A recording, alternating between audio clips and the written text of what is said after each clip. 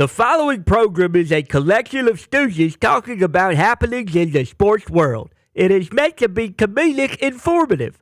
The opinions expressed on this show do not necessarily reflect the beliefs of their peers, their boss, or ESPN. There may be some cuss words because that's how humans in the real world talk. If you are young, please seek permission before watching any further. Hey. Why? Let's go! This show stinks, and the fact that you listen, we are very, very thankful for. McAfee on the line with a gorgeous assist. The all-time leading tackler for the Green Bay Packers. You ping! Stop! Damn it! Your friend tell a friend something nice could change their life.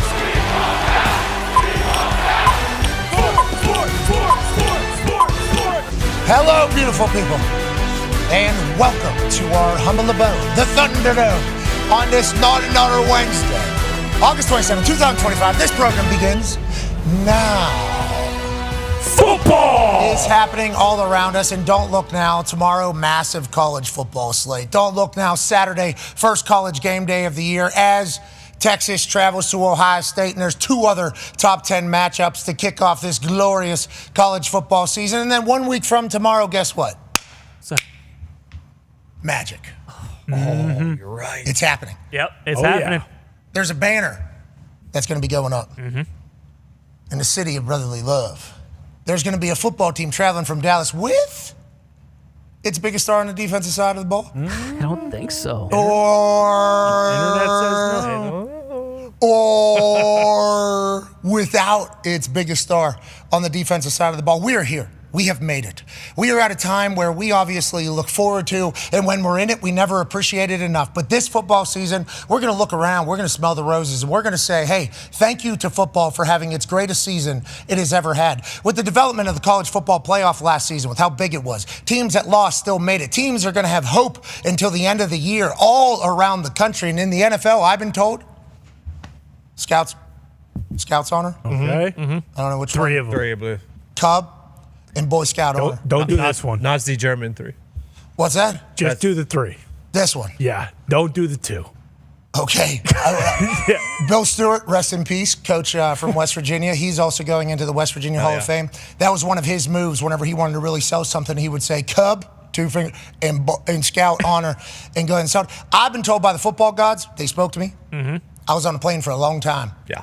Long time over the Pacific. Way up there. A lot of islands that I did not know existed. Sure. They're out there. I hope they had a great time. A lot of good internet out there.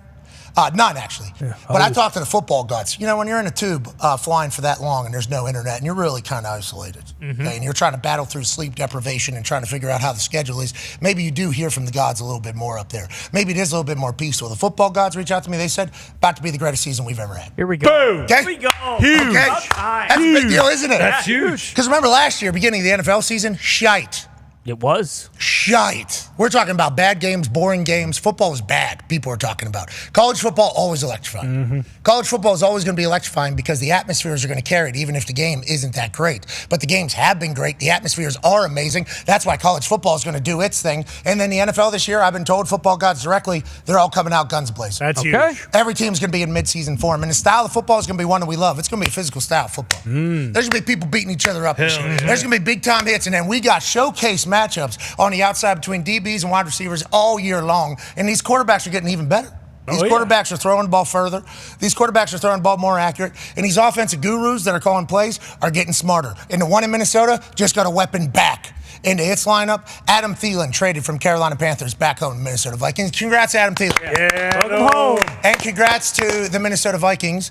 Now, the Carolina Panthers obviously showed a lot of promise at the end of last year. Bryce Young might not be a bust, right? Everybody was calling him one, might not be at all. He might be a guy. They were calling him the Steph Curry of football when he was coming out of college. Down in Carolina, nothing was really working. Even the ownership wasn't really going well. End of last year, they found it. Adam Thielen, we thought, was going to be a part of the growth and development of the Carolina Panthers. Instead, he's going back to Minnesota to join the Vikings. Congrats to All parties. Feels like Carolina's happy with a 5th-round pick and a 4th-round pick. Thielen's going back home. There was a video of his family celebrating going back home. Obviously, he's from Minnesota, went to high school in Minnesota. He actually had to go to a regional tryout to even make it to a tryout. He had to go to a tryout to make it to a tryout to get into the NFL. He had to pay his own way into said camp tryout to get a look. Ends up on the Vikings, becomes a Pro Bowler, becomes a All-Pro, gets a massive deal with Carolina Panthers, has to leave home now towards end of career. We don't know how many years he has left. He probably doesn't either. Heading back to Minnesota in an offense that is really good. They're restructuring his contract, so obviously he's probably taking a pay cut. Now he joins Justin Jefferson, Jordan Addison, J.J. McCarthy, and Aaron Jones, let alone their tight ends, who are absolute dogs. They got old buddy that they traded from Detroit. Hawkinson, who's a beast, and also, who am I missing there? I apologize to the other guy. Yeah, sure. That is 100% on me, but this Minnesota Vikings team might be the year for Minnesota to get back into the big dance. Last year, remember, they were playing in the final week of the season against the Detroit Lions for the #1 seed in the NFC, and this year they're looking to do the same. Is J.J. McCarthy a guy or not? We shall see. Everybody that knows him says yes, he is a guy. Footage coming out of camp, he is a guy. They talk about his leadership qualities from whenever he was at Michigan, he is a guy. High school, IMG, he is a guy. So all signs are saying J.J. McCarthy should be a perfect quarterback for this Minnesota Vikings team. And if he is, B-Flow in the defense, great. Offense just got another weapon. Kevin O'Connell's still a super genius. Look out for the Minnesota Vikings in the NFC North, in the NFC, and maybe the whole fucking Super Bowl. Whoa. Those are big words, but that's how every team can feel at this moment because no games have been played. Let's go to the talk show table at Boston Connor, at Ty Schmidt. Storylines developing, especially day here. Everybody's got to make their rosters by 4 o'clock. A lot of movement probably taking place today, Connor. Yeah, a ton of movement, waiver wires. Everyone's kind of keeping their eyes peeled, looking at that stuff. Also, I've seen some players, Sam Ehlinger, actually, former Colt, he turned down opportunities to stay with Denver, so it'll be interesting to see what players think, they are suited better on a practice squad versus an actual 53, but it is the greatest. This is the best time. We were even just talking about tomorrow, and of course, I can't wait for the NFL. 8 days, it's going to be incredible. But even the games tomorrow, like the college football slate on a Thursday when, you're not in Nebraska, Cincy tomorrow. Boom. At Arrowhead. Eat that up all day. Boise State, are you kidding me? USF, that's a good team from yesterday's past. Now, their coach from them certainly had a different photo this weekend, but these games, real games. Yeah, huge games. Like last year, I feel like we were surprised by him almost. At least I was. I remember Colorado played on that first Thursday night with Shador and Travis Hunter, and I forget who else played, but it almost sneaks up on you. And then you realize, this is the beginning of it. This is the beginning of the, hey, every Thursday night there's going to be a game, weekday games. It's awesome. Ty Schmidt, you scared to death in Minnesota Vikings. Adam Thielen going back to Minnesota. Adam Thielen will be joining us in the third hour. We've been told he's currently on a plane. Sure. So we believe whenever he lands, we will get a phone call from Adam Thielen to get his thoughts. My eyes, great news for the Minnesota Vikings. He's going to be a 3 or a 4. Yeah. Adam Thielen. So, that is a good spot to be. He was the one for Carolina there whenever they weren't playing great, and everybody was attacking him. This old guy can't do anything. He was the #1 receiver. He was the guy that all defenses were keening on. He had 4 eyes on him whenever he was with the Carolina Panthers team. Now he's going and he just slips into a rotation, and he has that big-ass football brain. I mean, he should be a wizard in a Kevin O'Connell offense, especially knows it. Back with the Minnesota Vikings. Is Green Bay going to be okay? Because the Detroit Lions is the Detroit Lions. Yep. Caleb, I saw him. Hey. That preseason. That first week people were talking bad. As I was in Australia, saw some highlights. Caleb. Yeah, against Chiefs too. Caleb. Caleb. Yeah, absolutely. And then the Green Bay Packers. I understand. We still got the stars. We are the Green Bay Packers. Jordan Love, guy, already paid. Are the Packers a little bit worried about the NFC North with how competitive it has been? No, I don't think so. What? The Packers didn't go 6-11 last year. They made the playoffs, so let's not act like they were picking in the top 10. They weren't. And listen, I love this for Thielen. He's a friend of the show. We've gotten known him, pretty well over the last couple years. I love that he gets to go back home. With the Vikings, it's still, I hear what I'm hearing about J.J. McCarthy, and I understand that, but. Talk to me about the Vikings in Week 5. That's kind of where I'm at. And you talk about all these waiver wire additions. Thielen's getting traded. I don't want to jump the gun here, but the Packers may be making a splash of their own, and it might happen today. There's it some might rumbling. happen Yeah, tomorrow. there is. I don't know when it's going to happen. I don't know if it's going to happen, but in my mind, it's happening, and it's happening within the next hour. With what you're talking about, we will feel the beat today. We will go to Dallas, and we will go to Green Bay. Smart. We'll talk to Jane Slater and Schneidman from The Athletic up there in Green Bay. Yeah, everybody's saying that the Green Bay Packers are going to trade for Micah Parsons. They are saying that. And they're going to pay him $45 million a year, baby. $45 million a Already year. done. Yep. That would be an absurd move to just think about and hypothesize about a few years ago. But now, Green Bay Packers take Matthew Golden in the first round, wide receiver. Place erupts. Yeah. All reports out of camp is he's the guy. Yeah. If they were to trade for Micah Parsons to Green Bay, Wisconsin, from Dallas, Texas, to that team, immediate game record for you guys. Yes. Small town, he'd be beloved. Now, Happy Valley went to Penn State, small town feel as well. So I'm not saying that he needs to be in a big city or anything like that, but that would be a wild life event for Micah Parsons to go from Dallas in the Cowboys to the Green Bay Packers. Two very storied tradition teams, obviously. A lot of history, a lot of greatness, but that would be an insane move to think about. I'm sure Packers fans even like saying, yeah, Packers are going to trade for a guy that's going to be the highest paid guy in the history of defensive football and give some things up that are very important to the future. That's not really a Packers thing, is it? Why does it feel like most Green Bay Packers fans think this is going to happen? We got people tracking fake planes. Oh, yeah. We got private planes being tracked. People don't know whose planes these are. But holy shit, there's a plane go Dallas, Green Bay? How many people flying Dallas, Green Bay? Nobody. many. No one. Green Bay's flying to Dallas? It's August 27th. I mean, I guess this could be Big Mike, going back and forth, from his Dallas house to the barn. Getting tracked everywhere. This is what's happening on the internet. Like I know Big Mike, he's like the perfect. thoughts of this happening feels real to people. Yeah, I mean, would this be out of character and just absolutely crazy? Without a doubt. They've had a couple splash trades they've made in the past, but Mark Murphy's not there anymore. We got a new, team president, Ed Policy, so maybe he wants to make a little bit of a splash. Oh, there's a new policy around here. Exactly, and we're looking for stars, not just ones on the side of the helmet. But he's legitimately he's going to be a Hall of Famer probably. If his career continues on the arc that it's been, he's going to be a first ballot Hall of Famer. I mean, it just screams Reggie White. The Packers traded for him. They couldn't really get they couldn't actually sack the quarterback. If you look at all the advanced statistics, it's like, hey, they're getting home a lot. They create a lot of pressures and things of that nature, but they don't really sack. They need a guy who can finish, and Micah can finish. So if it takes $45 million over the next 5 years, and it takes 3 first-round picks and a second-round pick and a fourth-round pick, at this point, that takes me from, hey, I think the Packers will make it to the playoffs, and if they're playing their best, maybe they can. 5 years, $225 million. Yep. Already got 2 first rounders. Yep. Maybe even 3. Maybe even 3. Do whatever you got to do With to the get swap. Pick 32. Who wants it? Well, that's my other thing is that if Jordan Love stays healthy, the Packers aren't going to be picking in the top 10. So those you shouldn't hold on to those picks thinking hey, we're going to be able to get a Micah Parsons at the top of the first round next year. You're not. You just that's not going to happen. So if there's any chance that this can get done, Is there? See, normally I would say this is bullshit and why am I getting this excited for something like this? But it's been like this for 2 weeks now, and it just kind of continues to pick up steam.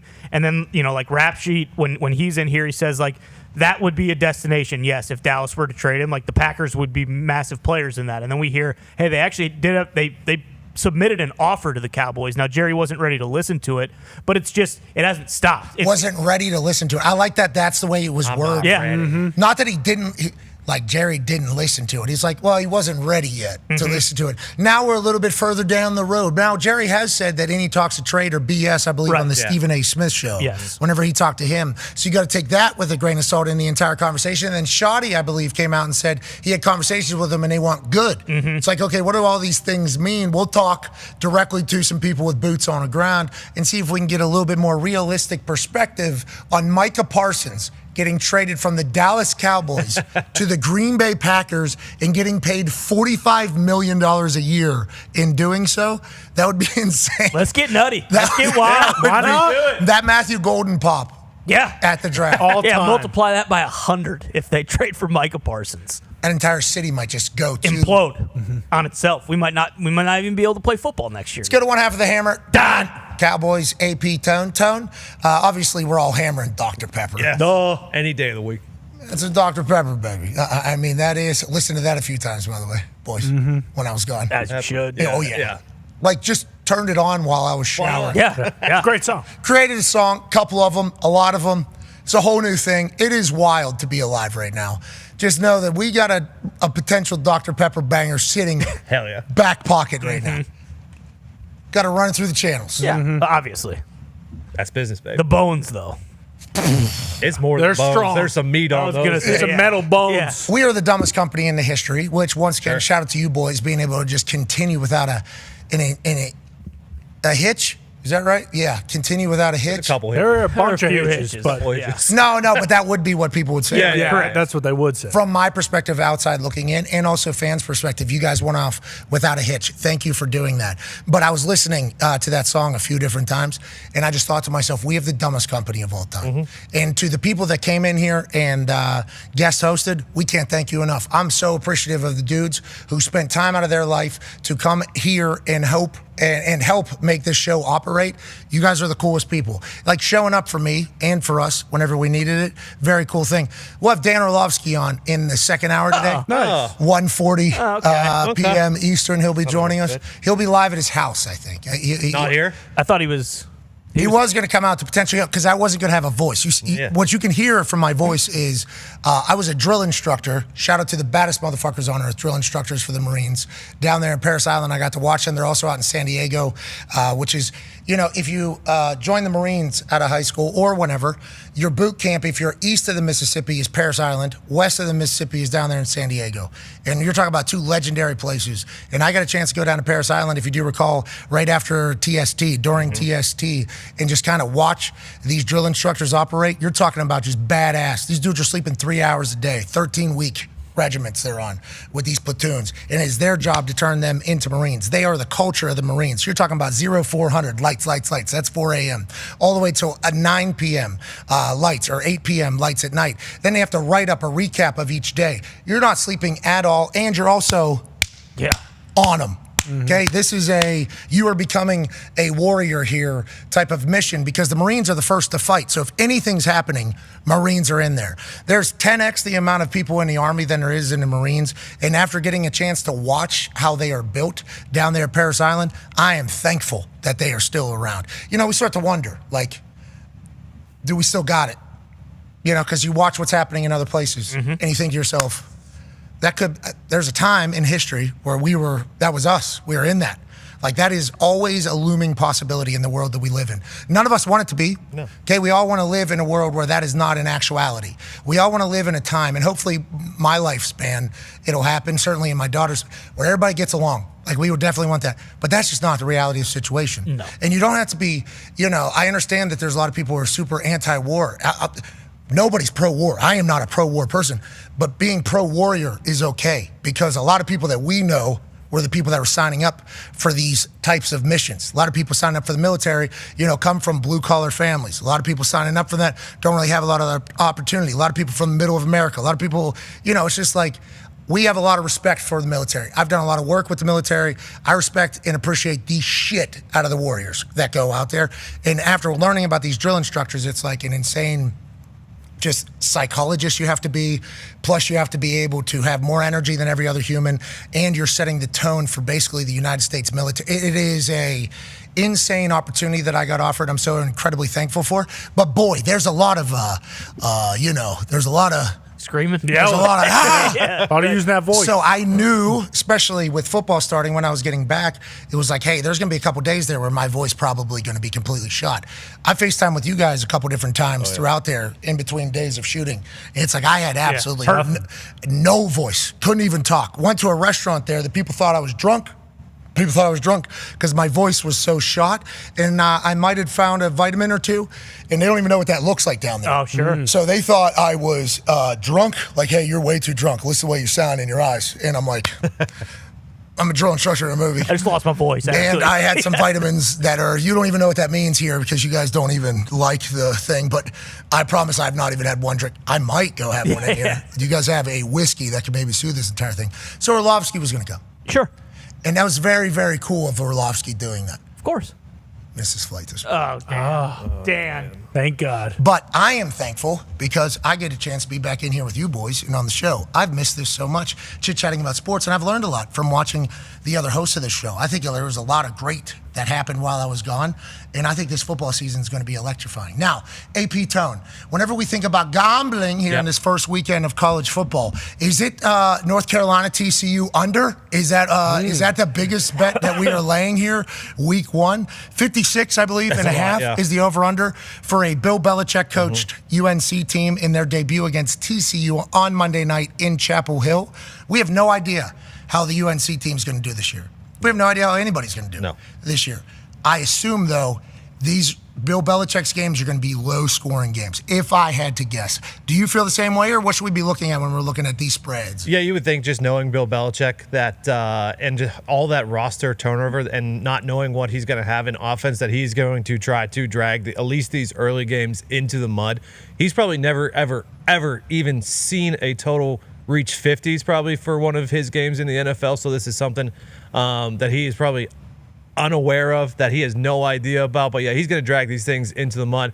But like, as far as like the Texas-Ohio State game, I think that could potentially another low-scoring early game, just because it's two relatively new quarterbacks working in, now not new quarterbacks to their universities, they've been there for multiple years, but as starting quarterbacks, maybe their offensive coordinators, take it slow. But I always like to look these first couple weeks, for week one, week two, of teams that are returning a lot of guys, a lot of continuity from last year versus, because, I mean, the transfer portal is the thing. It wasn't as active as it was the last couple of years, but it's still a thing where there's a lot of teams that are losing a lot of players versus teams that are bringing guys back. West Virginia got 70 new players. Yeah. Boom. And That's a lot. they're North not the only Carolina. team. North Carolina has 75 teams, or 75 players as well. If they gel quickly, great. Yeah. But you have no idea if that's the case until the pads actually start flying.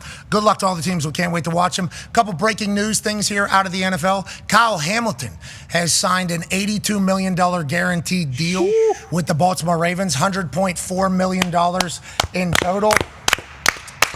Congratulations to him. He's a beast. Yeah. And just yesterday, I believe, Coach Chuck Pagano was given a press conference about Kyle Hamilton and his greatness. And he mentioned about how, it's very reminiscent of a guy that used to play here named Ed Reed. And everybody knows who Ed Reed is, because Ed Reed is one of the greatest football players to ever exist. He's one of the most electrifying humans to ever exist. And he has some of the biggest plays in the history of football. But everybody talks about him just being an absolute nightmare on the field because he seemingly knew everything that was going to happen. And when he got there, he was going to thump. Oh, yeah, he also blocked like 50 kicks. He also has a couple kick returns in it. He just seemed to be smarter than everybody. And Chuck Pagano just pointed out, like, everybody thinks that that's a natural thing. It's like, no, the amount of work you got to put in, preparation, the amount of film you got to do to get to that point is what separates these people. And he said Kyle Hamilton, same guy. The amount of preparation that he puts in, everything like that is very reminiscent to Hall of Famers that have come before him. And then we watch him on the field. He's the one. Yeah. He is Neo. He is everywhere out there. That AFC North has a history of great safeties. Yes. Obviously, Ed, Troy Polamalu was there. Kyle Hamilton seems like the most recent one of a Hall of Fame safety, especially for this Baltimore Ravens defense that hunts. They get after it. And they're going to have to if they want to win a Super Bowl, which is what everybody in Baltimore is hoping for and thinking can happen. Yeah, especially with the additions they made. You forget that they have DeAndre Hopkins now on the offense, let alone how good their defense is. And, Baltimore falls into the same conversation I feel like Buffalo does. Every year they're going to have an unbelievable team. They're going to have a stud at quarterback. And now that they have, a D-Hop, a legitimate guy on the outside, Zay Flowers, Derrick Henry, like, we're talking about one of those 3-4 teams, I guess you could probably maybe say 5, that are really in it to win the Super Bowl. I think they're the shortest odds to win the whole thing, so that says a lot about their team too. It's just Baltimore's got to be close. Those fans got to be thinking, just like Buffalo, hey, it's got to be this year. So close. Butter is losing his mind. Yeah, his mind. Yeah, Butter's got to be going absolutely crazy right now. How much money we pay? He deserves more. Yeah. Everybody on their team seemingly deserves more. They have stars all over the place Everywhere. for that Baltimore Ravens team. I can't wait to watch him all season, and I cannot wait to watch this Baltimore Ravens team. Congrats to Kyle Hamilton. You deserved it. Now, ladies and gentlemen, the world deserves to know what the hell's going on in certain places. It's time to feel the beat.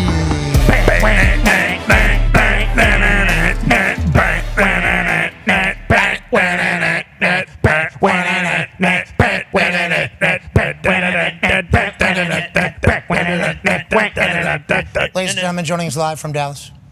Obviously, you've seen her on NFL Network. She's a legend. She also fills in and hosts for the Emmy Award-winning Good Morning Football. She's a Texas alumni, golf aficionado. Ladies and gentlemen, Jane Slater. Yay! Jane, we're feeling the beat. Hope you're feeling the same over there. Good to see you. Thank you for joining us. Oh, no. He's muted. She's muted. Oh, no. Muted, Jane. You're muted, Jane. Is that on our end? Is that on our end? Is that? Yes. Oh, God. This is why I don't get the call. It was our fault. It was our fault. We assume we messed that up. We appreciate you for joining us. We're feeling the beat currently. How are you feeling? Great to see you. Thank you for joining us. I'm doing good. I'd be a lot better if this Micah thing would get some sort of resolution. Was losing a little bit of sleep last night because while I still feel confident this thing's going to get done, we've got to pay some attention to some of these content aggregators out there, these content creators, because you just never know where scoops are coming from. When I worked here locally, covered the Rangers, and Daniel Murphy's daughter told a preschool teacher that he was going to be an Indian, and he went off to Cleveland. So you have to run them all down. But I don't know if it's apathy at this point or people are just fatigued with the story. And I've certainly been texting a lot of my sources like a crazy ex the last couple of weeks. But all I'll say is they are moving a little differently right now. Everyone is. And and I know you guys love conspiracy theories, so do I. Whoa. My conspiracy theory on this is maybe this is a rumor that the Cowboys are leaning into a little bit to make Micah Parsons uncomfortable enough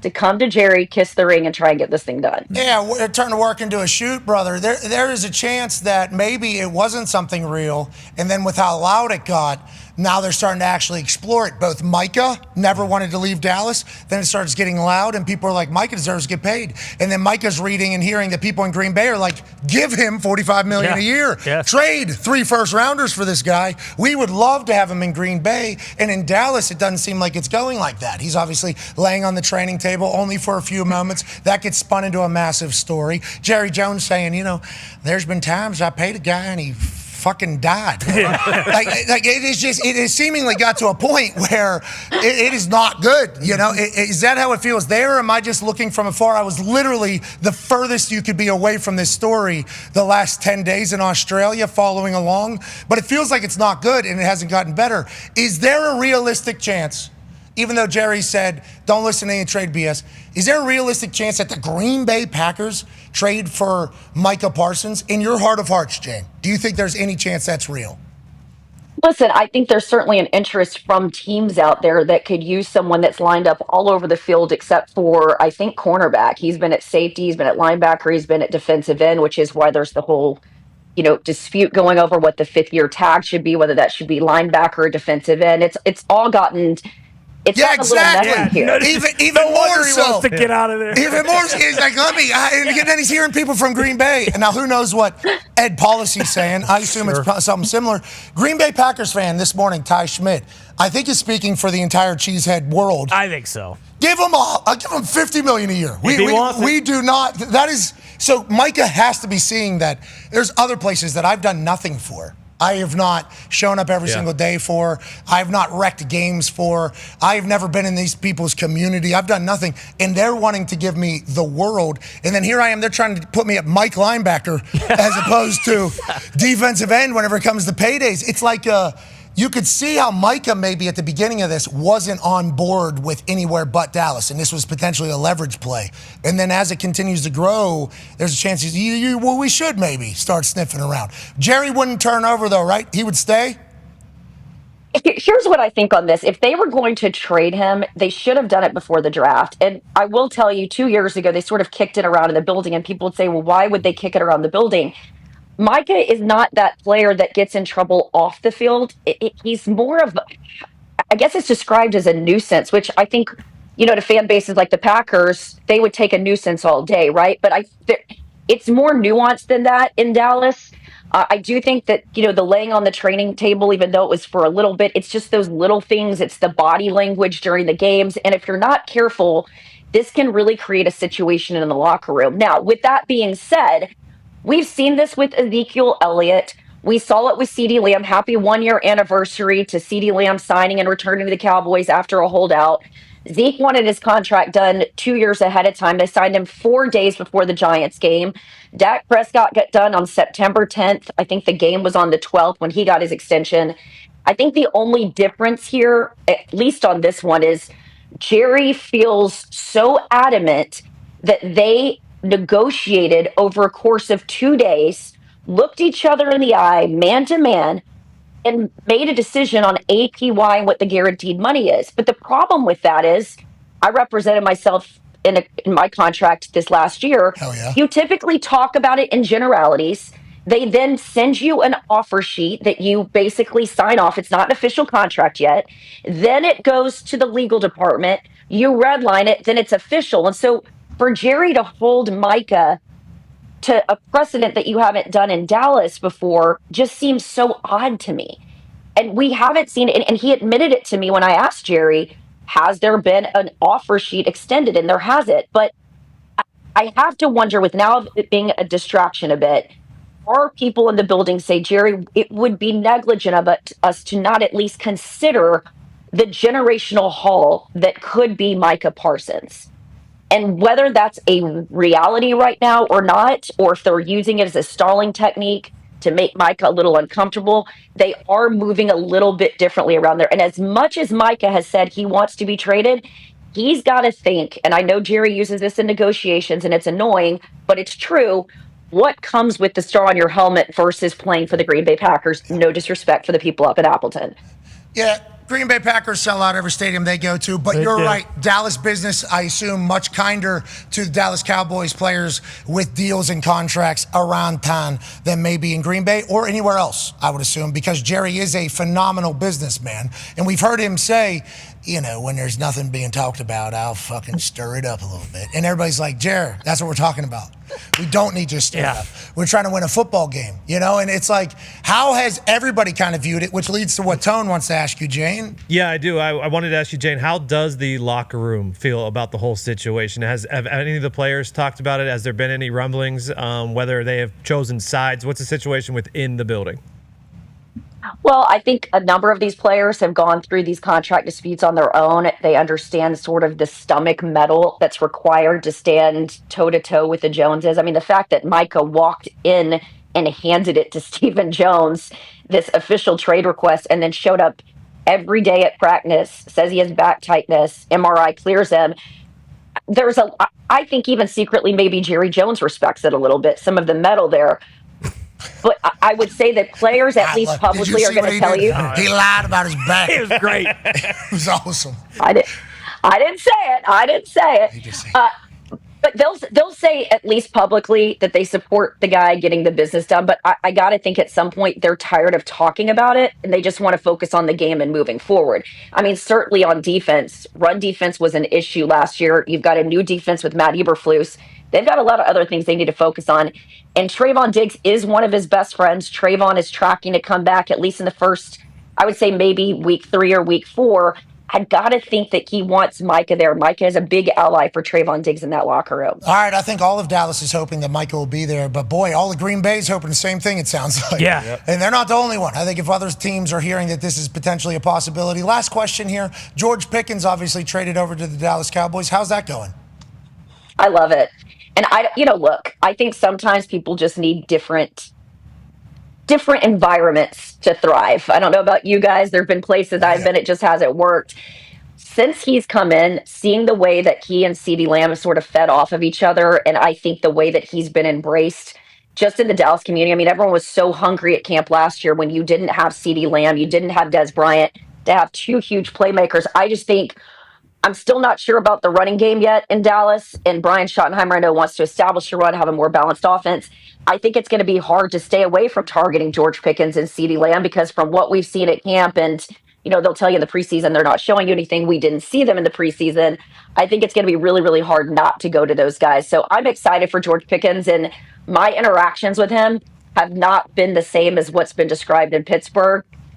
I've had friends tell me, don't be fooled, but we'll see. I mean, whoa, we just said it. I find him great to work with. New vibes, new everything. He's a great talent, and I hope it ends up working out down there. It'd be great for the entire NFL. We appreciate the hell out of you. Good luck this season. You're going to crush it. Thank you, guys. Ladies and gentlemen, James.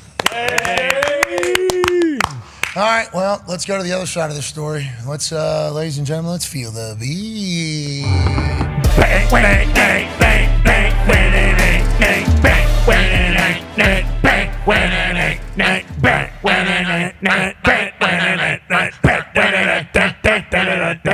I got winded last time. Almost couldn't introduce Jane. First one of the season. Yeah. First one in a long time. Yeah. We got to go boots on the ground. Mm-hmm. That's why we got to feel the beat. Mm-hmm. The beat is on the fields in which the games and the practices are being played. Let's go to those fields. Ladies and gentlemen, representing the Green Bay Packers, he works for The Athletic. Thank you for coming on. Yeah. Right? Yeah, absolutely. I think it's good. He needs to keep an eye out. Uh-oh. Yeah. Uh-oh. Come in and Anybody that slice your comes head on off. this, Bad move. he's also a Packers insider, and he's on 97.3 The Game. Ladies and gentlemen, Matt Schneidman. Yeah. Nice. What up, man? How you guys doing? I like the football coming out of your head. Yeah. Right there. You know what I mean? Yeah. Yeah, On the left I side. didn't see that. Yeah, it looks like, you know, whenever you go into a restaurant and they got like the car crashed in? Yep. It's Oh, just yeah. like the ass end of the thing. Like Great the Halloween touch. decoration where the witch's legs are out the back of the Boom, yeah, Yeah. It looks like a football was thrown into his head. Yeah. And his head caught it. Yep. And then now he's just kind of going about it. I like that. Look like you're a football head, dude. Always thinking about ball. Always ball. Ball Always on on the mind. Yeah. Literally. Yep. Amen. Great to be back. Come on, yeah. Come on. That's Mind melt, All right, mind melt, Schneidman, mind sorry. We will get back to this. We just talked to Jane about Micah. Ty came on the show earlier. Send him 3 ones, give him $45 million a year. Let's get Micah to Green Bay, Wisconsin. How is that conversation there? Is it a reality? Like, what are the thoughts on that becoming a thing for the people that actually know what's going on over there, like yourself? Yeah, I think right now, to my knowledge, Jerry's not even listening to trade offers, so I'm not sure that an actual trade offer can be made unless he picks up the phone. So the Packers may have, an outline of what they would offer, but if Jerry Jones isn't listening to legitimate trade offers, then I'm not sure that one is technically on the table. It's semantics, but if he does entertain it, from what I've heard, the Packers will be interested and will be in the mix, which, look, it's information, but it's not a surprise. If you think back to 2018, and Ty knows this, the Packers aren't, normally in the mix on these big name trades, and you don't really always see them get in the mix around the trade deadline. But the Packers finished second place to the Bears for Khalil Mack in 2018, and they were barely outbid. Brian Gutekunst, a couple times in his career, that being, the biggest instance, has been willing to offer a first-round pick for a veteran player. In some instances, it just hasn't panned out, and other teams have outbid them. So this is kind of an eerily similar situation where it's right before the season, as the Khalil Mack trade was. It's for a edge rusher in the prime of his career, and it would really take the Packers to the next level. What would it take if this were to become a reality? It would be multiple first-round picks at least, and I think a player like a wide receiver. I'm not sure they would have to give up any edge rushers, but it might be a player like a Romeo Doubs or a Dontavian Wicks, plus a couple first-round picks and maybe more draft capital later in the draft. And if you give away a couple first-round picks, obviously you're making the move so that you're very late in the first round. So is it actually an early second round, depending upon the draft class and how everybody's ranked? If you can win, I think every fan is like, let's make the play. And you talked about Gutekunst potentially being in on this before. Can they handle it? Can they handle a $45 million salary? How does that kind of look going forward? Because they've already paid Jordan, right? So is that beneficial or not beneficial for this type of thing? Yeah, they can fit it. I mean, their third highest cap number on the team this year was Jair Alexander, and they freed up a bunch of space by releasing him. The 2 highest are Jordan and Rashawn Gary, I think. So financially, it's the cop-out answer, but there's always a way to make it work, and they figure out how to make it work. I do think it's interesting. I'm not sure how much this affects things if negotiations do happen. David Mulugeta represents the most important player for the Packers on offense and on defense, and he obviously represents Micah Parsons too. That's crazy. Mulugeta will get a deal. If there's a deal to get done, Mulugeta will get it done, and his client will win. On that note, Ty has a question for you. Yeah, Schneids, I think everyone probably assumes that, LaFleur and Gutekunst will get re-upped here shortly just because the Packers have been pretty successful over their run and they've made the playoffs. But is there any thought with Ed Policy coming in and it not being Mark Murphy there anymore and kind of it being a little bit of a new regime, is this in any way maybe like kind of a prove-it year for both LaFleur and Gutekunst if the Packers kind of, I don't want to say fall flat, but don't kind of do what a lot of people expect them to do? Yeah, so we sat down with Ed Policy, just the local writers, a couple weeks ago, and he said he's not extending LaFleur and Gutekunst now. LaFleur and Gutekunst both have 2 years left on their contracts. This is Gute's 8th year, LaFleur's 7th. He said he also doesn't want them in contract years, so basically he would like to make a decision one way or the other after this season. My take coming out of that was, okay, he's leaning toward extending them. Sure, LaFleur and Gute are not Ed's guys, technically, but Ed has been here since 2012. He served on the hiring panel for Matt LaFleur. He negotiated the contracts for LaFleur and Gutekunst as the Packers' general counsel. But there is something to be said for wanting to make your mark and, viewing things differently than maybe Mark Murphy did. So I spoke to someone recently and was told that he's truly up in the air about the futures of Matt LaFleur and Brian Gutekunst. So I might have been wrong in my initial read. Look, if the Packers don't make the playoffs this year, which I don't think happens, but it's a possibility, I could certainly see Matt LaFleur and Brian Gutekunst, and I don't think this is hyperbole, both getting fired after this year. Now, if they make the playoffs, say lose in the first round again, it could be something where Ed lets them go into a contract year because he needs to see more.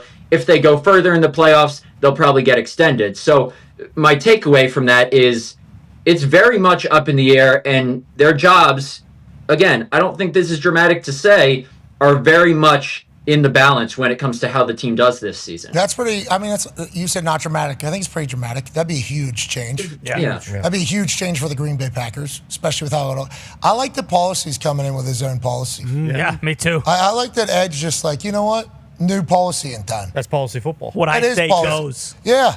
What Mark said, cool, that's Murphy's Law. His policy. All right? Yes. Ed's got policies, and these are them. You win, or I'm sick of watching it. I like that. Yeah.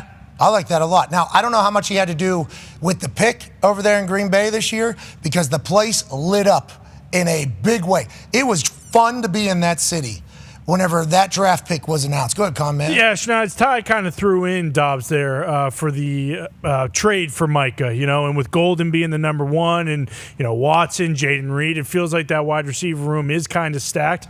How has it been as a whole for Golden, assuming he's the number one receiver here, and what is kind of the wide receiver room looking like and shaping up to be for the Pack?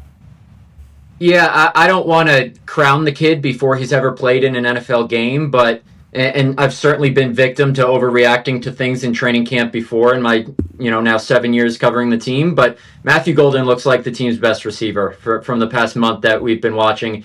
He looks every bit a first-round pick. As you guys all know, they couldn't catch a pass to save their lives last year. Matthew Golden has caught pretty much everything.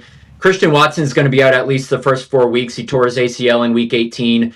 They think he's going to want to play in they have a bye Week 5, but they think he'll want to play in Week 6. I don't think they'll let him. And then Jaden Reed, Savion Williams, their rookie third-round pick receiver out of TCU, and Wicks are all dealing with injuries right now. So it's pretty much Romeo Dobbs, Matthew Golden, and Malik Heath, who's their number 6 wide receiver when everyone's healthy. Yeah, Malik, he's a dog. We're in trouble if he's, What? Yeah, but think about all the Packers fans going, that will be sweet. It was cool, trust me. Yeah, whenever Heath Miller was on the Steelers, it was so cool because the Steelers fans travel. So it'd be other stadiums. You guys could do the same thing with Malik, number 3 wide receiver for you guys. We could, or we could do like Micah. I think that'd be a little better. Is he playing wide receiver for you? Maybe. He could. I'd be open to that. Because you said Dobbs can go. He's the only healthy guy you got other than Golden. Well, yeah. I mean, if we're getting Micah, and maybe is Jordan throwing it to himself? That's something we don't know right now. Has Micah went to Jerry and said, "Hey, let me get a couple snaps in the slot," and Jerry's like, "Micah, shut up. You just we don't know that." Maybe Micah wants J.J. Watt, Vrabel. Exactly. Wants a couple tuds. Turned down for Parsons. Yeah. Why not do that on the frozen tundra? You mentioned Golden, how he's by far been the best wide receiver you guys have. I think that is what people would describe as like first-round qualities, okay?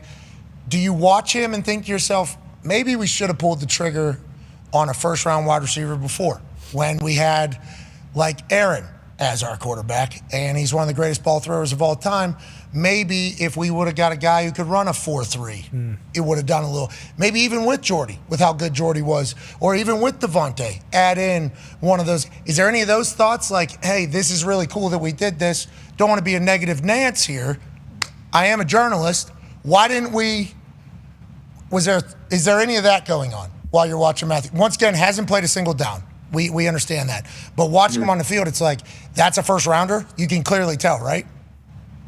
Yeah, absolutely. And look, this might seem like a cop-out answer, but the Packers not drafting a first-round receiver, at least under Brian Gutekunst, has not been for necessarily a lack of trying. I don't know if I've said this on here before, but I've certainly written it. In 2020, before they drafted Jordan Love, Brian Gutekunst, and he's told me this on the record, they tried to trade up for a wide receiver. He didn't name who, but Brandon Ayuk and Justin Jefferson were both picked a couple picks before Jordan Love. I would imagine it was one of those two. So the Packers actually tried trading up for a wide receiver in that 2020 draft. Obviously, the Niners and Vikings. No, I can't. And Devontae. Instead of Jordan Love situation. No, Jordan Love obviously good for the future. Yes. Good for the current. And Gutekunst can certainly look back at all of us and you, Mad Ty. Yeah. Certainly in that moment. Imagine if that was Justin Jefferson that night. Oh my God. Aaron was coming back on, you remember? Yeah. Aaron he was in a Canadian tuxedo. Yeah. He was on early in the draft. Yeah, maybe I'll stop back later after the Packers do. He might have been kind of keyed in that there might be a move because he seemed to be jolly. Good, very happy. If you remember. What if he was told, hey, Justin Jefferson, Brandon Ayuk, we're going to go get him? He probably was. Oh, man. And then all of a sudden, no, complete opposite, actually. We're going to take a quarterback. So he'd still be the quarterback of the Packers. He was so jolly. Might be. Do you remember how jolly he was? Oh, yeah. Yeah, I'm hearing the Packers might make some moves. Like, I remember it now looking back. That's my first time hearing it. I don't know if you've said that on this show, and I apologize for not reading it. That's my first time hearing that was a possibility. And if it wasn't my first time, I am remembering or learning of it in the moment. What a move that would have been. I don't know if you guys would have been able to stop the damn run, which was your biggest problem. Right. But it would have helped out on the offensive side for sure, Schneidman. Well, the funny part about that is I remember watching your show that night, and Aaron had said it would be nice if we took an offensive skill position player. We haven't taken one in the last 15 years since me. And they did. Okay. So It's true. I mean, look.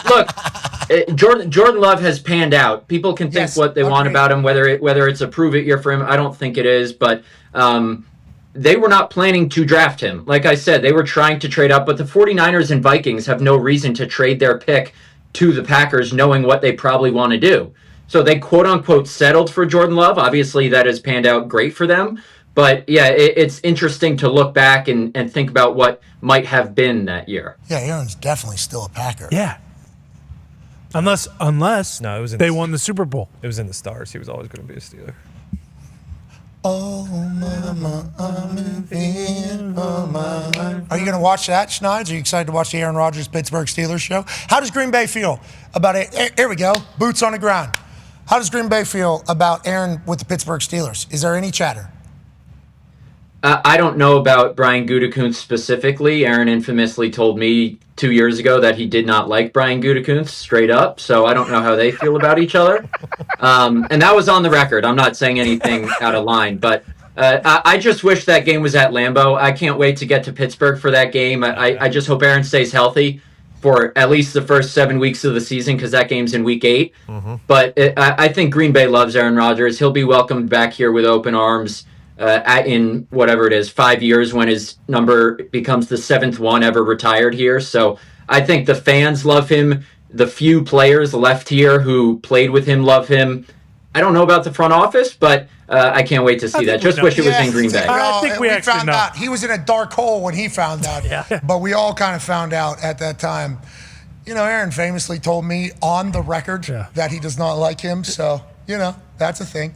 You're hilarious. We appreciate the hell out of you, Schneidman. Have a good one. I heard a poster fell, too. There used to be another poster up there.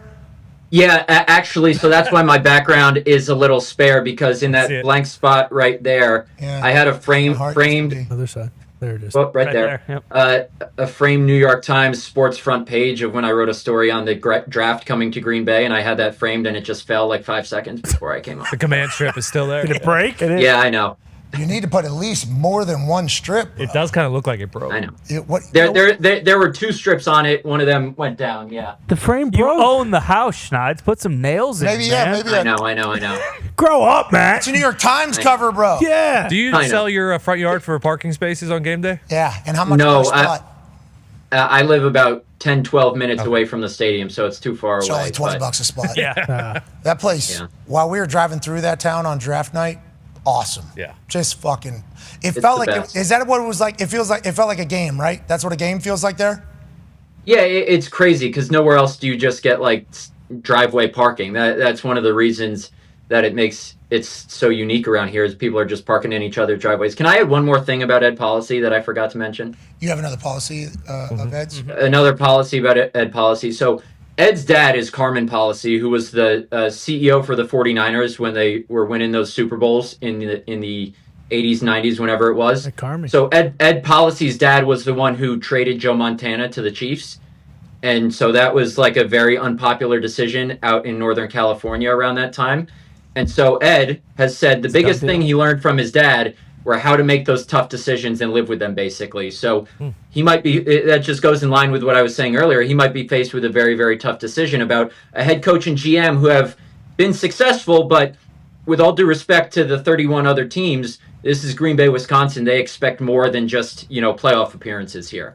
Not just those two. Also, there's a guy in Dallas that ain't happy that you're gonna have to take a big swing if you go and get him. Mm-hmm. You think Carmen's boy? It sounds like he's fully prepared to do whatever he has to. You think Carmen's boy is going to take a swing down there on Dallas? I think he is. Calm was the man. Calm, man. Didn't Joe Montana say, I want to go contract for contract here? Yes, Yeah. for Steve Young. Yeah, Steve Yeah. Young. Yeah, Yep. practice. Yeah, let's just put our contracts up Yep. and just see what happens. And then Carmen Policy was like, how about this? You're gone. Yeah. Trade you to Kansas There City. it is. It's quite a play. Carmen's a dog. Hey, Carmen, thanks for what you did for football. Wow. Baby Carmen. You got some sweet Lou in him. Now, Ed, good luck. But we appreciate the fact that you were born in this game. Mm-hmm. And we're excited to see what you do. A lot of intrigue for the Green Bay Packers on stuff that isn't just on the field, which is abnormal for the Packers, but maybe this is policy's policy on what the Packers are now. I think so. I'm all in. It's happening. Ladies and gentlemen, from The Athletic and 97.3 The Game, a man who had a New York Times cover. You can't see it, No. but it's there. Yeah, starting not to believe it. In that blank space where his New York Times cover used to be, it was a guy. Ladies and gentlemen, Matt Schneidman. Okay, that's good. It's good. Hold on, we should show that. It is very nice. Go It's ahead. very nice. But if you have a Hold on. wood frame, you Sorry. need to put a fucking nail in there, buddy. Yeah, I know. That's way too big. With the glass. Too heavy for command strips. Yeah, what do you think It this says is? they hold 30 pounds. They don't. This is the whole can't change a light bulb conversation that has had. Well, we saw who lives up in Green Bay. What does that mean? Yes, we did. Hardworking people who know how to put a Put a nail, nail through in some the drywall. Bingo. Ladies and gentlemen, Matt Schneidman. It's on me. I didn't promote the Matt Schneidman show, which is on the flag behind. You can buy that at Schneidy stuff. Well, that's on him. He should put it in his Twitter bio. So, Yeah, we go right from the Twitter bio directly to Twitter bio. What do we need to know about you? yeah, Jade Slater, the whole reason I put in golf aficionado was because Twitter bio. It was I was in thinking, Twitter where are bio you in Wikipedia. Wikipedia's a Twitter bio. loves golf. That is the game. These AI are about to have all the answers for us whenever we need it.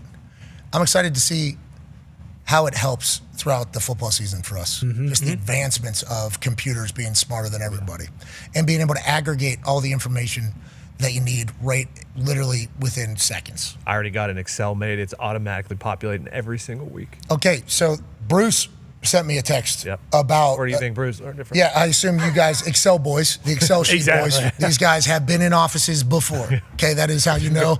The boys who understand how to operate the Excel spreadsheet have been through a class on it, and they have had to utilize it to make a living. And it is certainly the original OG AI, I think. Yeah. Whenever it comes to like aggregating numbers and collecting things, especially if you know how to fill it out. Yeah. But now it's like, it can self-populate with shit. You Yeah. don't even have to punch it into the Excel spreadsheet. So now you can use an AI gatherer, have it throw deep ball, Excel spreadsheet catches it, and then goes, let me put this into an easily digestible shit for you.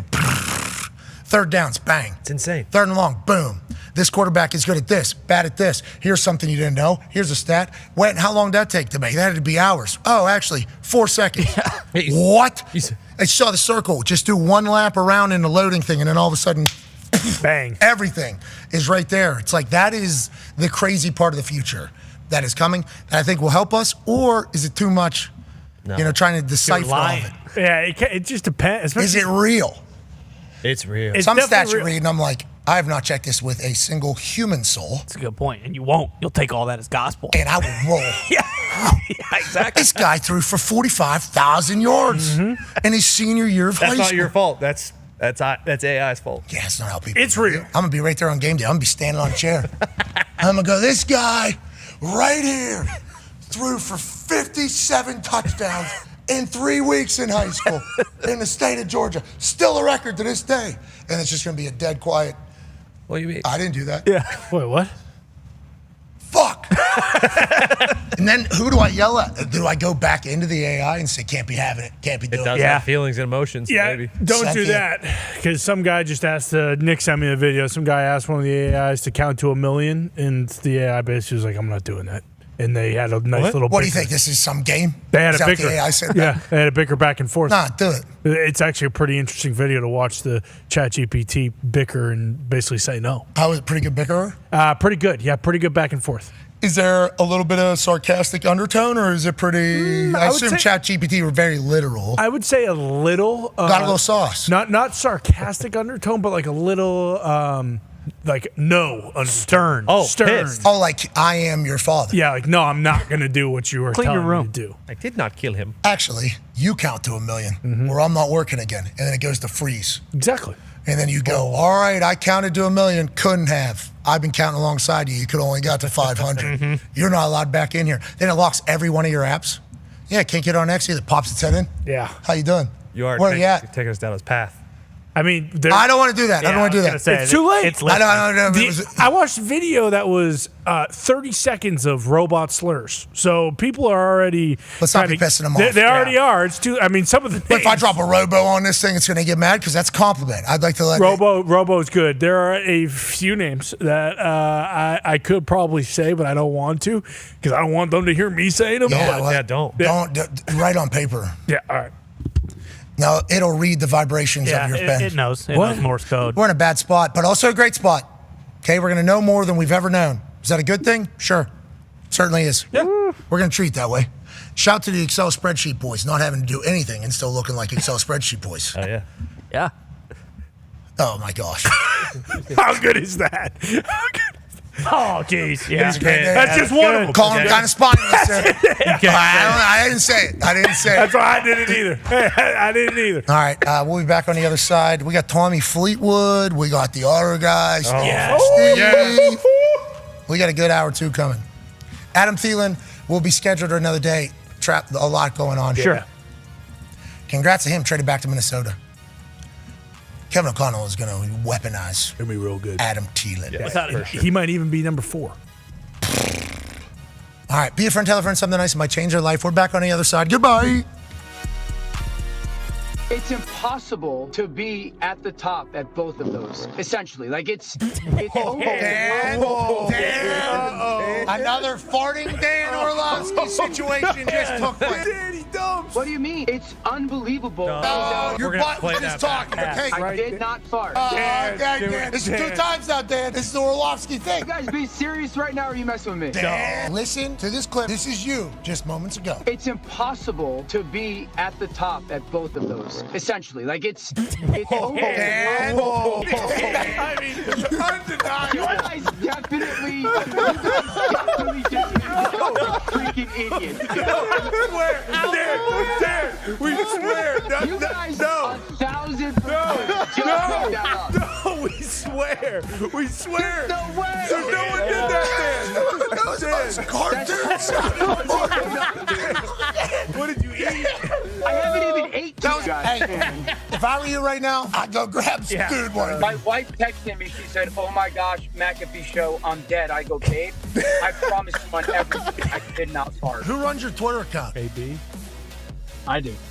was this all about? I would like to know, in that situation where your butthole started talking, what did I do? I can't even be serious with you, man. What are you, chucking a glass of milk, eating some fruit over there, get you some coffee, get that butthole a little bit more active? I haven't ate. I'm eating yogurt. I have 1,000 text messages right now of people going, oh my gosh. I'm like, I just wanted to have like a quiet Tuesday. I don't even know why we're going to have another hour. Maybe we run that clip. Yeah. We have the video. Shams, let's let you judge here. It's impossible to be at the top at both of those, essentially. Like, it's... I need to hear the context. I want to give our guys... Oh, Shams, shut up! He said it sounded like a fart. What did AJ vote? It's a fart all day long, Kurt. You know that. Has anybody voted no? Dan. I'll be the captain of Team No today. We need you to do a tie-breaking vote. Is that okay? Sounds good to me. It's impossible to be at the top at both of those, essentially. Like, it's... There's no doubt. I mean, I like how he just kept on going right there. When he was talking, he didn't even break stride as that thing came out. He went and got the buggy, went to the store, grabbed some dude wipes to wipe those ass cheeks, just like I assume you do as well, Cabal. You have to go dry, wet, dry. Toilet paper, white toilet paper. If not, you're really risking the rest of the day having the swamp ass. You know, Dan Orlovsky, man, he got to accept that, man. He got to wear that with a pride. One thing that really bothers me when people do not take credit for it. You know, if somebody says, oh, that was you that farted, I get upset when it wasn't me. I'm like, no, when have I ever not claimed it when it was mine? You should claim it. But all those airports, people are traveling today, looking up at the ESPN, Dan Orlovsky farts. What's wrong with this guy? The closed captioning person, whoever it is, they got it. I believe it said inaudible, muffled, and it said Dan farts, ! I think a couple times. Wow. The following program is a collection of stooges talking about happenings in the sports world. It is meant to be comedic informative. The opinions expressed on this show do not necessarily reflect the beliefs of their peers, their boss, or ESPN. There may be some cuss words because that's how humans in the real world talk. If you are young, please seek permission before watching any further. Hey, What? let's go. This show stinks, and the fact that you listen, we are very, very thankful for it. McAfee on the line with a gorgeous assist. The all-time leading tackler for the Green Bay Packers. You pink. Damn it! Be a friend, tell a friend something nice could change their life.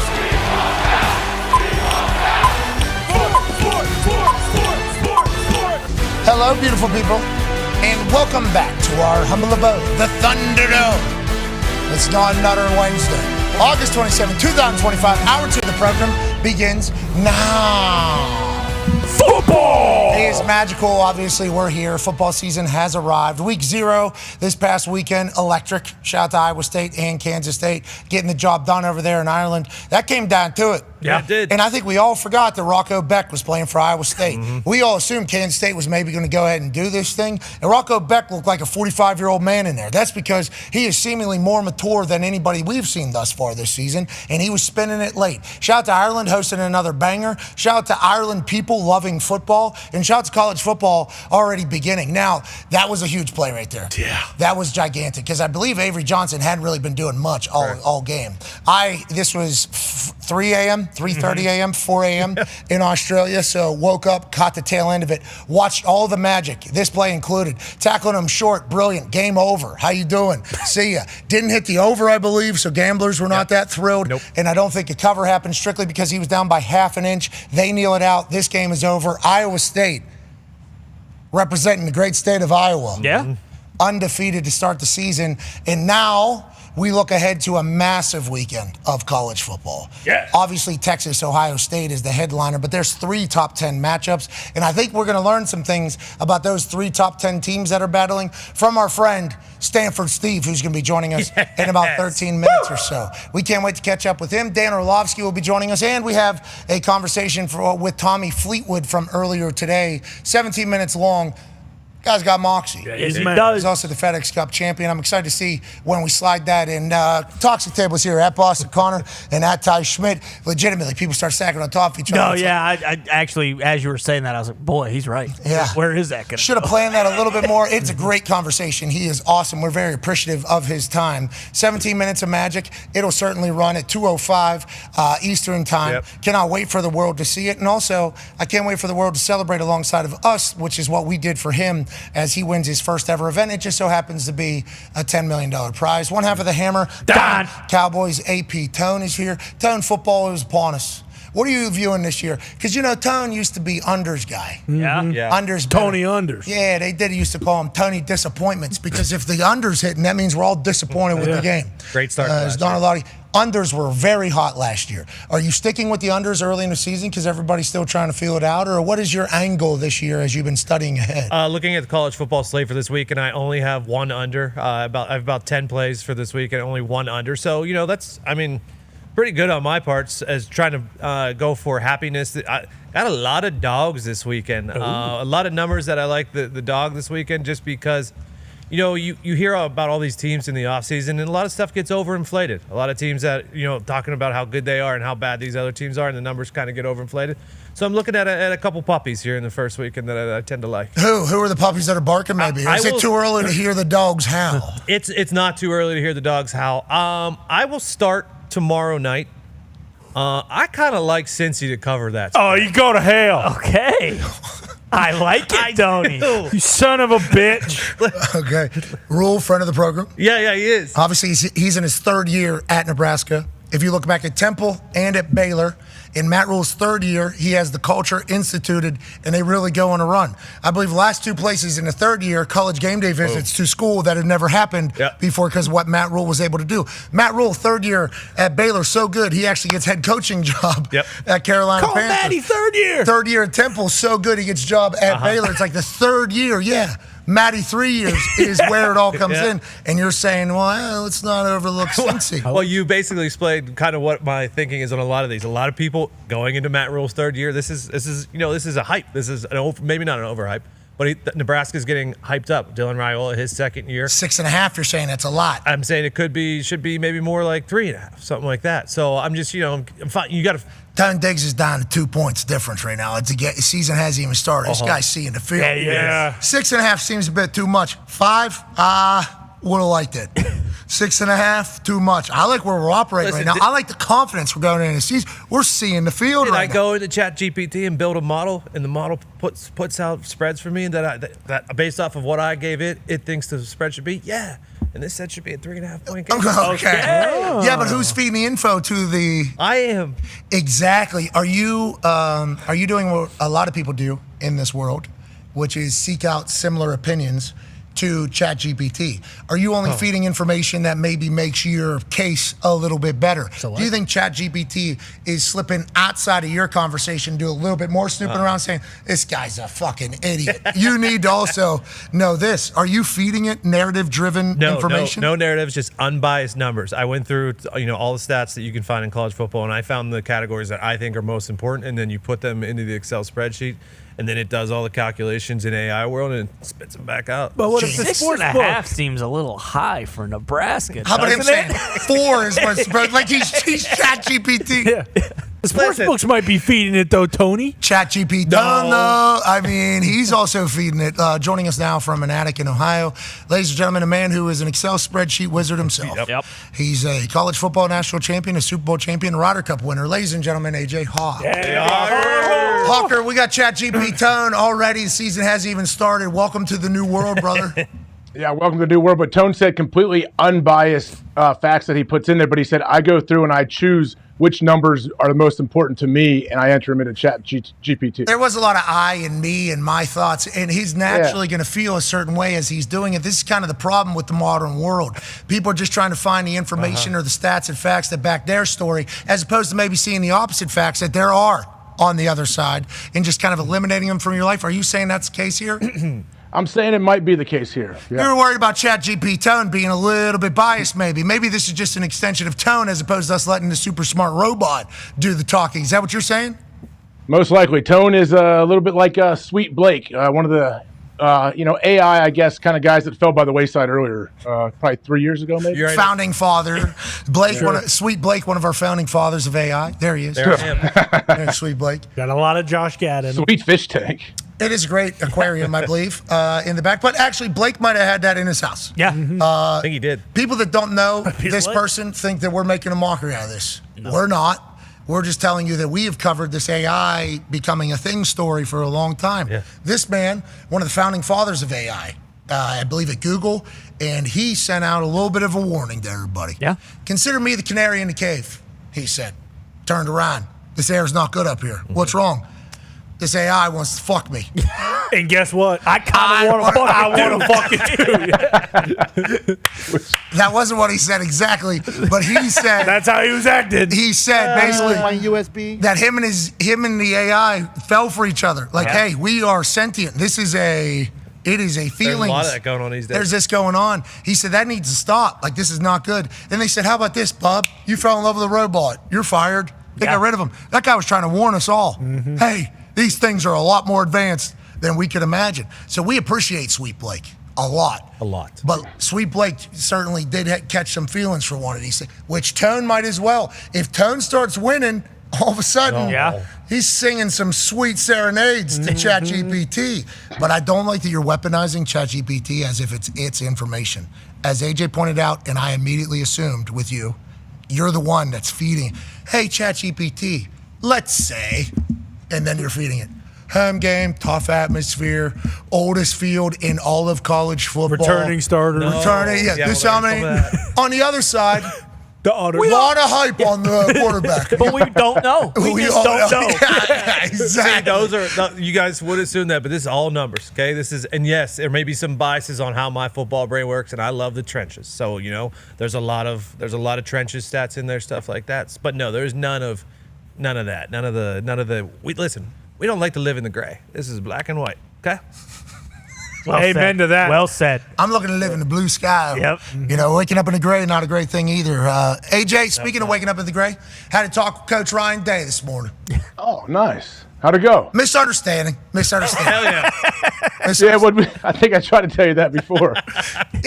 You got to remember, I was 20 hours on a plane. There was a lot of. It's good, though. Communication helps everything, right? It was great. And once again, I thought he hated us. So that means, by fault, I have to hate you. That is just how I am. That is how I operate. Turns out he doesn't hate us at all. Complete opposite. Just somehow missed the request, which he said never happened. We sent numerous. But I think whoever was potentially guarding them did not get to him. And I was apologetic to him as well. I'm like, I'm sorry. I immediately just was like, well, fuck this guy. Go to hell. So it was certainly my fault as well. I let him know that it is certainly my fault, but I was like, this is a part of my problem. If I sense just a little bit, either disrespect or not like for me and the boys, I just want to let you know, I'm not a guy that's like, hey, let's try to win this person over. That's cool, I hate you too type of person. So I thought you hated us. Now, we've given him a lot of reason. Yeah. Couple things. We have certainly given him a lot of reason. Well, I mean, that goes both ways. That's a two-way street when it comes to giving people reasons. Agreed, but I'm just saying in my half of the conversation to him, what I was saying. Hey, you could see how I thought you hated us, though. I started laying some things. Lou Holtz, the Ridge. Yeah. Sure. Then fake Lou Holtz a couple times. Yep. Then, I could see you hating us. So I understood that you did not like us. I told him. And he was like, no, that's not. What are we talking about? No, like that. I don't know. Was I supposed to joke with fake Lou? I don't know how I was supposed to. He was very kind. So I'd like to let Coach Ryan Day know. I apologize for assuming you hated us. And I thank you for not hating us. And I'm pumped I don't have to hate the entire state of Ohio. Boom. Which is great. Kind of a win-win for everybody. I love Ohio. It's a great place. I'm one of the biggest advocates of Ohio, I feel like, maybe on earth in this entire thing. So that was a good thing. I was very pumped. And I did apologize to him for just automatically just firing before aiming, just. Sometimes that happens. Yeah, I do apologize. It's part of my problem. I have flaws. I certainly have flaws. That is one of them. I mean. It's for a good reason in my eyes. Okay? Yeah. You don't like us? Cool.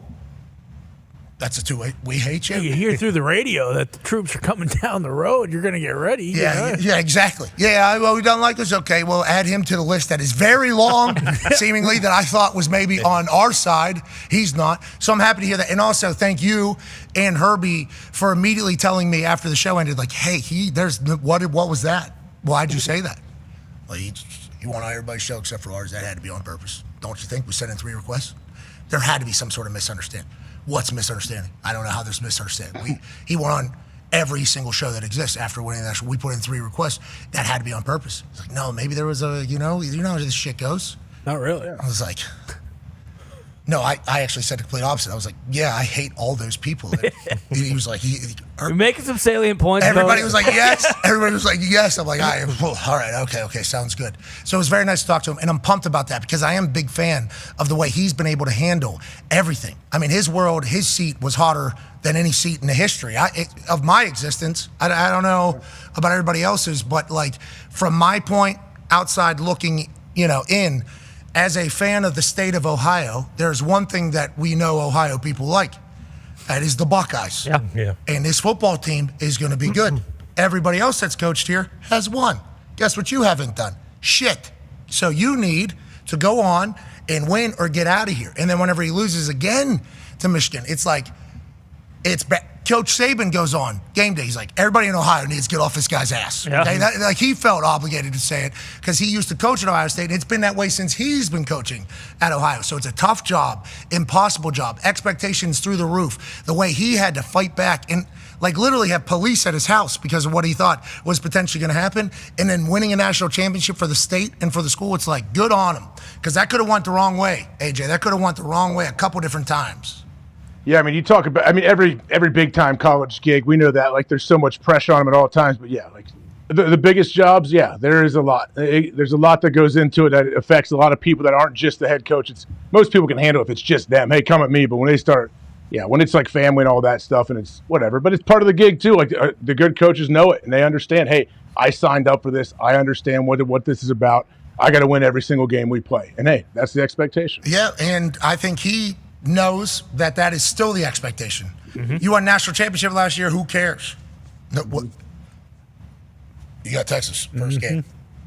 You got a new quarterback. It's true how fast it can change, isn't it? Hey, you won a national title last year. If you say a team goes out and loses, 2 games in the first 6, okay, these guys are done. Get rid of this coach. They instantly, it's no matter what, the sky is falling usually. I mean, that's in all of football. Remember, they were booing the Philadelphia Eagles on Banner Night. Yeah. Do you remember that? Yeah. True. Yeah, you're right. Are they going to have a banner? Is this banner day for Ohio State on Saturday? How's that work, AJ? Do you know? I don't know how they do banners. Honestly, I don't think so. A guy who might know, ladies and gentlemen, joining us now from SportsCenter with SVP, from College Game Day, the man who's giving out picks, winner last year. First year, it was chaos. Yeah. He was in it. First year. He made the right picks. That fridge. The games just didn't operate the way they're supposed to. Last year, winner. We assume going forward, winner. Ladies and gentlemen, in front of the program, absolute stud, Stanford Steve. Yeah. Steve, we're talking about the seat being hot in Columbus. Do you know if they hang a banner? And what are your thoughts on having to defend a national championship with a brand new quarterback, but a bunch of studs everywhere for Ohio State this weekend? I'm not sure about the banner stuff. I feel like Ohio State has the highest expectations every year, and they're not into that banner thing. They'll just find you on. They'll find you online. We know that. But when you're looking at Ohio State, Pat, I think this is the great thing about the sport. Ohio State and Texas, right? They don't rebuild; they just reload. And in college football, you get to learn who the next names are, right? We heard all about Jeremiah Smith going into last year. Boy, did he show out. Now he's the best player in the sport. But you still have questions to answer, and this game is really interesting because both teams have a lot of the same deals to fill. Look at Texas with the defensive line they've put in the pros. Ohio State loses that whole defensive line. They both have to replace those guys. Quarterbacks. Arch, I read 224 snaps last year. Only 6 on the road or in a neutral site. So he's got a lot of proving to do. Julian Sayin got plenty of toys to play with, but we got a new O-line coach at Ohio State. We have one, sustained starter, 4 guys up front, got a great tight end, and Max Clare that should help him, with the toys on the outside. So when I look at Ohio State, we know what the expectation is going to be, and I really commend them for playing this game. All 6 teams that are playing these top 10 matchups, because you have to find out what you got. With practice, AJ could talk about this. This. There's no more two-a-days. It's limited, pads on pads. And, some guys rise up on game day, some guys don't. And you only know when you get to a game day situation. And that's why I think, and then they played, Texas' last game last year. You take away the screen pass and the Sawyer player, it's 14-14. So I think it's going to be a feeling out process. Matt Patricia's got a lot to prove as a defensive coordinator. Tons of questions to get answered for both these teams in such a high-stakes match. I think for obviously all college football teams, there's a lot of questions, but there's a lot of really good teams that have new quarterbacks. And it's like there's times where quarterbacks don't work out. Doesn't matter how hyped they are. I mean, I don't want to point out Florida State, but like DJ Uiagalelei goes down there, and they were supposed to be, and it just goes the complete opposite direction. Laps. I'm not saying that either Arch or Julian Saint are going to be that situation because I like that they were in the building. I like that they grew with the team. Like everybody's talking about Arch's, not everybody. Arch is still the favorite to win the Heisman, but I'm just saying talking heads seemingly that are against Arch are like, he's going to have to grow and improve. It's like, yeah, obviously he hasn't been a starting quarterback yet, but he's been in the same system for 2 years, and now that entire system is directed at him. It is like, hey, we're going to try to make you as great as you could possibly be.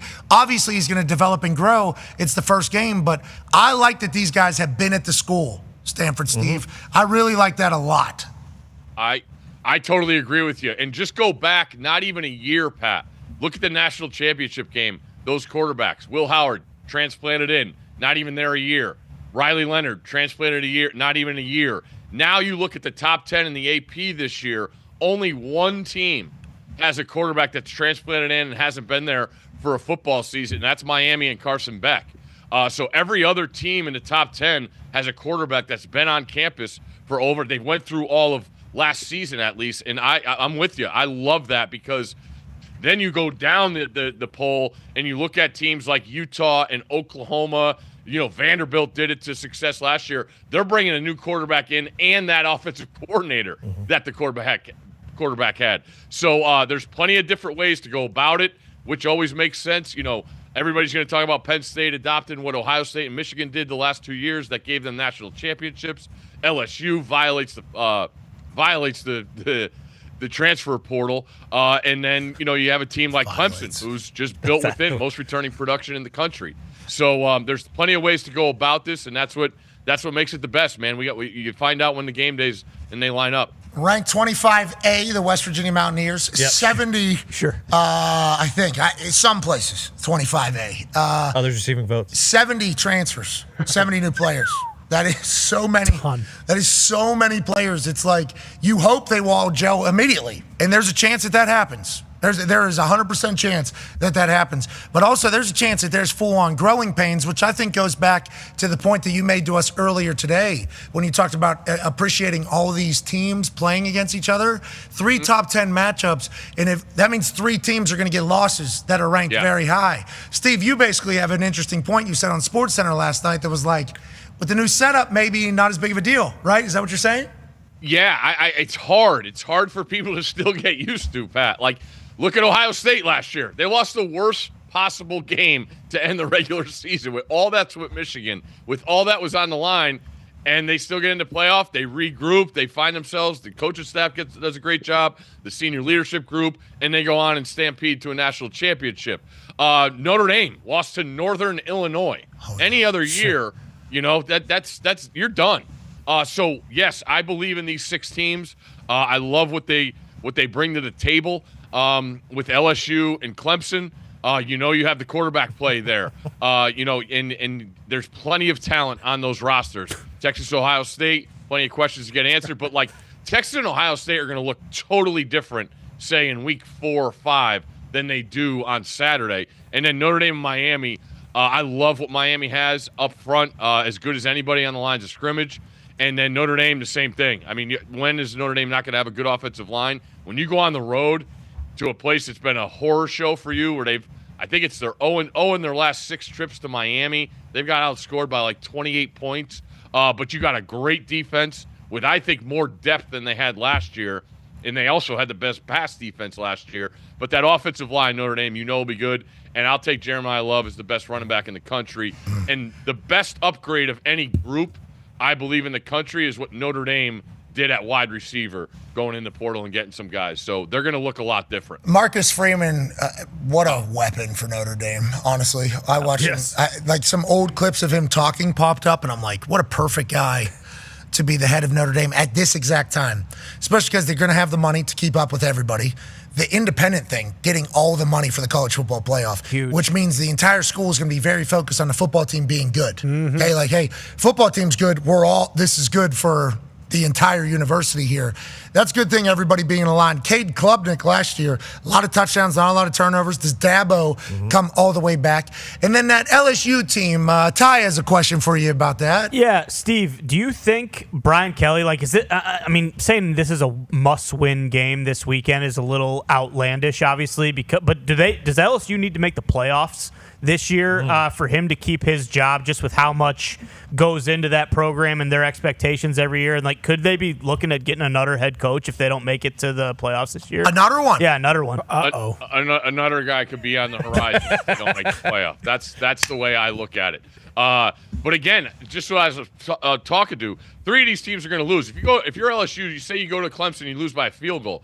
The fan base is going to look at 0-6 in openers with Brian Kelly. I get it, but you still have plenty to play for. You got plenty of talent to move forward with, and you have a schedule that gives you opportunities for monster wins. I mean, they were hot as anybody last year, and then they had a 3-game losing streak, and the season flipped just like that. So you take care of the football more. They got better receivers. The offensive line is still the key for me with LSU, and I still think of LSU. I think of running the football, and with Sloan calling plays, this is his 3rd year. He had 2 years at another school, and last year he's never been in the top 100 in rushing.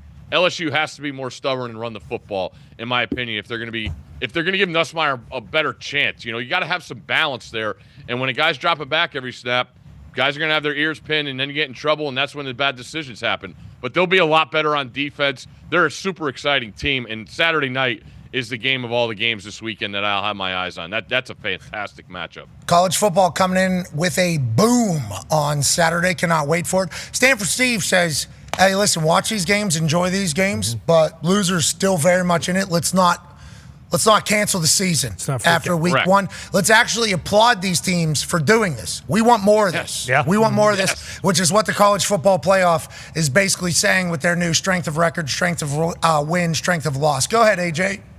Yeah, Steve, what are you expecting when you say some of these big-time matchups we have week one? What are you expecting as far as offensive output? We've seen in the past the NFL sometimes the offense starts slow, defense might be a little bit ahead. Are you expecting some of these overs to hit? Are you expecting some high-flying matchups? What is it? I like the unders, AJ. When you look at 2 of these games specifically, the Texas-Ohio State game, and the numbers have flown down. They were in the 50s, and now I think, what do you got there? Notre Dame? Yeah, Ohio State's down to 47.5. That was around 51. And then Notre Dame-Miami, I might like even more, knowing that with a game of these stakes, coach is still trying to figure out what they have as far as playmaker-wise, and talking to guys on each coaching staff, they love their personnel on defense. All right, so what do you want to do? You don't want to turn the ball over and put your defense in a bad situation. Let's put some first downs together. Let's keep the ball away from the other team. So yeah, I think, like I said, Texas and Ohio State to me are going to look the most different with all the pieces they have to fill in together. And I don't expect crazy as great as Sark and Ryan Day and now Hartline calling plays can be with the dynamic play calling. I think that, you want to be simple early on too, I believe, because it makes you play faster. So I think it's going to be line up and let's see what you got. And, on Texas side, preparing for Matt Patricia, what is he going to do with Knowles gone? I think there's a feeling out process that we could see in that game for sure. To your point, I lean towards thinking that both sides want their young quarterbacks, fresh starting quarterbacks, to have success. So we're going to run the ball. We're not going to put them in any jeopardized situations. Probably a lot of little screen, swing type things. Let's get them into a flow, especially for Arch up there in the horseshoe. This place is going to be insane. Obviously, it's going to be loud. Let's get you into the flow of the game. Arch, what's his over-under for rushing? Are we still doing those prop bets? Oh, yeah.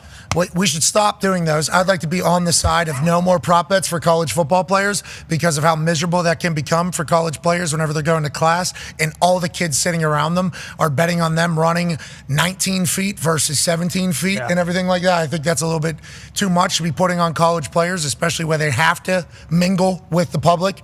Professional athletes obviously can protect themselves and everything like that. College is a little bit different. People do get pissed and people are out of control. Arch? But since they are still up, it's 27.5. Yeah, so we're going over on that. For Arch, I'm thinking just strictly because I think that's how he gets into the game. Like, I think that is how Arch gets into the game. So if you think about how good the Ohio State defense is going to be, there's a chance that there's going to be first read, which Arch can definitely do. Second read, Arch can definitely get to. Third read, and then we're out, and Arch can move. I think that is something. That feels like one that we like. So whatever the rushing is for Texas, I think we're probably going to head over there. But I like the unders as well. A little bit of a sticky affair over there to start this entire season. The fact that we got 1-3 week 1, SEC Big Ten. Crazy. I mean, it is absolutely insane. Let's go down to the SEC, a team that was not listed there for a big-time matchup early. Go ahead, Tone. Yeah, Steven, I think a team that, in the past was talked about just nonstop and hasn't been talked about a ton this offseason is the Alabama Crimson Tide. Last year, I don't think a lot of people know that they had a top 10 defense and they were returning a ton off that defense. They have a top 5 offensive line.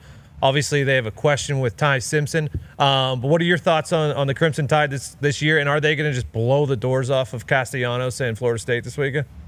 It looks like they just got another injury reported that might not play. I think it's Allen or Keenan, the D tackle up front, might not be able to go.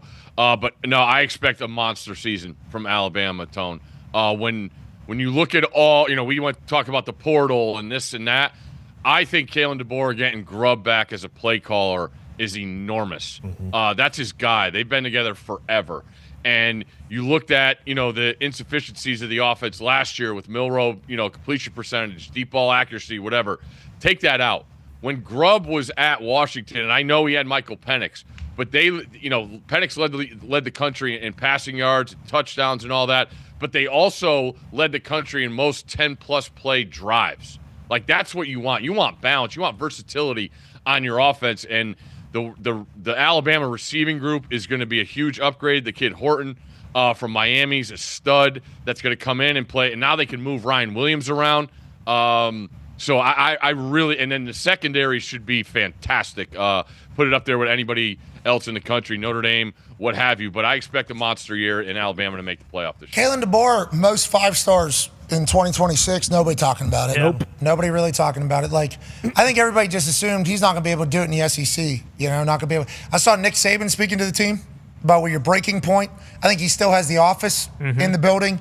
Obviously, there's a lot of guys that still have the Alabama pipeline respect in the building. So I think they have somehow passed the baton well when it comes to recruiting and like keeping the allure of everything. Will they be able to win? He has to go to the playoffs and win a game, right? That's what Kalen DeBoer has to do? Yeah, I believe so. And when you look at that job, Pat, what he had to do, what he stepped into, like Saban retires, every program in the country's calling for those players to leave. Like, if there's ever a time you're going to get Alabama players. So for DeBoer to go in there, find a balance in the locker room, weed through, all right, this is who we want here moving forward. This isn't who we want. If you want to go pro, go ahead. I thought it was an unbelievable job what DeBoer did. I know everybody has expectations of Bama in the playoff, but then you factor that in, us being there for the Georgia game, which is an all-time game, and then they go to Vanderbilt and lose. We haven't seen that in the century. Alabama. Pavia's a different animal. This is not the same vanity, but you're 100% right, though. Like, the Alabama fans didn't view it that way. No, they can't process that. But like I tried to say all year, Vanderbilt. I don't give a shit who's playing. It's Vanderbilt. Saban said it on that Thursday. It's like the only place that's not hard to play in the SEC is Vanderbilt. So and then they put out and beat them that weekend. And Alabama fans are like, this guy needs to get the hell out of our state. We don't lose to Vanderbilt. Vanderbilt's walking down Broadway. With a field goal because of us. Like, that's Alabama doesn't want to hear that they got better because of the transfer portal. We don't. It's Vanderbilt. They did not get better. They are a real team. Pavia said he wants a national championship. I mean, they almost beat Texas at home last year too. It was very, very close. And Missouri on the road. Yeah, but it's going to be hard to tell the old heads. I think. Like, hey, Vandy's a team. It's hard in this transfer portal. I think, as we now are a couple years into it, I'd like to get your take on it. Teams got real good real quick, man. And it's like some of these teams have a couple boosters that have a lot of money. If you're able, or just a little bit of money. IU. If you, Signetti, what he was able to do here, can he do it again? He had to do it again with a whole new group. It's like rebuilding the entire team, basically. And he has an offensive lineman that's currently been hanging out at the beach in Jersey. We actually met Mike. Mike. Yeah. Yeah, I've enjoyed the way he's been operating. You've been handling yourself well for football, brother. But it's like Sigs had to do that again. Some of these teams, if you have just enough money and you invest in certain positions, like we get a pass rusher, we'll get a quarterback, we'll get a wide receiver maybe. Like you can become a competitive team quickly with the transfer portal. So for all the negative stuff that's said about how the big schools have all the money are going to end up with all the great players, it's like some of the shittier schools got good. And I don't want to just say Vandy was a shitty school because it's a great school from what I've been told. Too good of a school to be a good football team is actually what I've kind of been told about the entire thing. But I think that has happened with the transfer portal, which is definitely a plus for college football as a whole, Steve. Yeah, there's two things on that. I look at a team like LSU, right? When we're there in Baton Rouge, they think they're getting Bryce Underwood, and we heard the number of the price tag of that. Then it flips, and he's going to Michigan. So now you have all this money that was going towards Underwood that you got it to spend on players. They went and got a brand new secondary. So how's that going to work out? Did you assess the talent right? It sounds like they did, and hearing guys that came in with that NIL money and have practiced for them so far. So that's one way of going about it. And then the other kicker that I think is a major factor in this season is now that the Big Ten is this monster conference. What are those? I still put them in the upper tier of the conference, and a bunch of those I schools: Iowa, Indiana, Illinois, Washington, Nebraska, like Ohio State, Penn State, Oregon. They're on those teams' schedules, and they got to go to those teams' places. Those teams are a lot better than they have been, and they're gonna catch some people. So how does that? Or Illinois and Indiana had a great season last year. They're in the mix also, but some of those teams are going to go 9-3, 8-4, and some of them are going to go 6-6 and 7-5, and they're damn good football teams. So that Big Ten and how that shakes out is really interesting to me, but it's because of the portal and those teams assessing the needs that they needed through that. You didn't even think about USC. I mean, nobody's even Afterthought. even talking about USC. It's like I was just with some USC fans. Mm-hmm. Like, what's going on? They're confident? Are we a team now? Or are we still? That's not good. There's a lot of you know the answer. We like Lincoln Riley, right? We like what's going on. He sounds more confident this year. Much more than last year. Last year it feels like they knew. Early, they didn't have the bodies. They lost in Vegas last year. Yeah. That first week against LSU or whatever. I mean, they had that game won. They won that one. LSU loses that one. Heartbreaker at the beginning of the entire thing. USC outperforms there. Yeah, it's like there's teams that we don't even know right now. UCLA, Nico Iamaleava's there now. Like, are they all of a sudden going to be halfway decent? Because last year they were kind of just like an afterthought. In Tennessee, like is Tennessee going to be great? So again? many new people. Steve, I'm doing the research here for game day. Right, getting into it. Yep. Everybody's everywhere. Everybody is the way, like, legit. Everybody is everywhere. I'm trying my best to just. The way my brain works is I see pictures in my head. Yep. Okay, so I see pictures in my head, and then I just kind of operate by telling the story of the pictures that are in my head. These guys will pop in my head in a uniform. Yep. And it's like, well, was that last year's uniform? Was that 2 years ago uniform? Or is that this upcoming year's uniform? And I'm like having full conversation. I'm like, I don't know. I don't know where this guy's playing. That's going to get under control, we think, right? Doesn't it feel like that's going to get under control with the next iteration of this entire thing? Don't we think there's going to be, feels like everybody feels the same way. Like, hey, we need some sort of something. Don't you think, Steve? Yeah.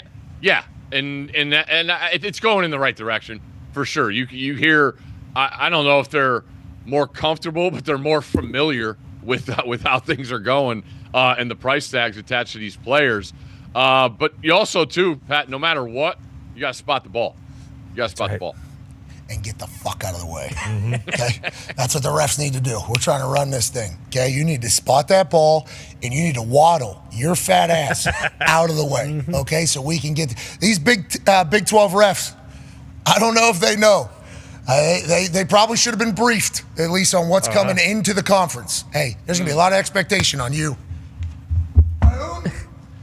And boom, we need you out of there. Can't wait to watch West Virginia. I think they got a hard edge.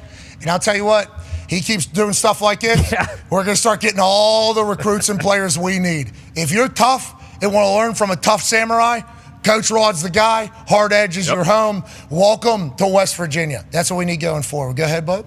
Yeah, Steve. Week 0. Are your Cardinals going to win a game this year? Yeah. It didn't look great because if you're not going to beat Hawaii, then I don't know on that schedule how many more wins there are. Whoa. What's Andrew? So Andrew's got to flip that entire place? Like how Andrew Luck, general manager? It's in the process of it. You know, I mean, that's like you talked about trying to find out, you know, who's where and what. Like in June, I'm looking at it like, oh yeah, they got this commit. I'm like, recruiting now is in June, so everything's moving in the right direction. The problem is the lack of players on the roster right now. But if there's one person you ever want in charge of it, you know this, it's Andrew. Yeah, and his alma mater. But how much he cares and how smart he is, I'm in. He does It's going to be care. maybe a little bit of a longer road than expected. I think Andrew Luck has a huge brain. I think he loves football. I think he cares about Stanford. I think a lot of smart schools now, all of a sudden, you know, Notre Dame, Michigan, these schools are big-brained folks. They got a lot of money. And all their alumni are like, we won't win football. Stanford, they got a rowing team. They got math, swimming. They got Olympics. They got the Olympics. Hey, we're trying to show up at the Olympics. I'm pulling for them. It's a beautiful place. It is.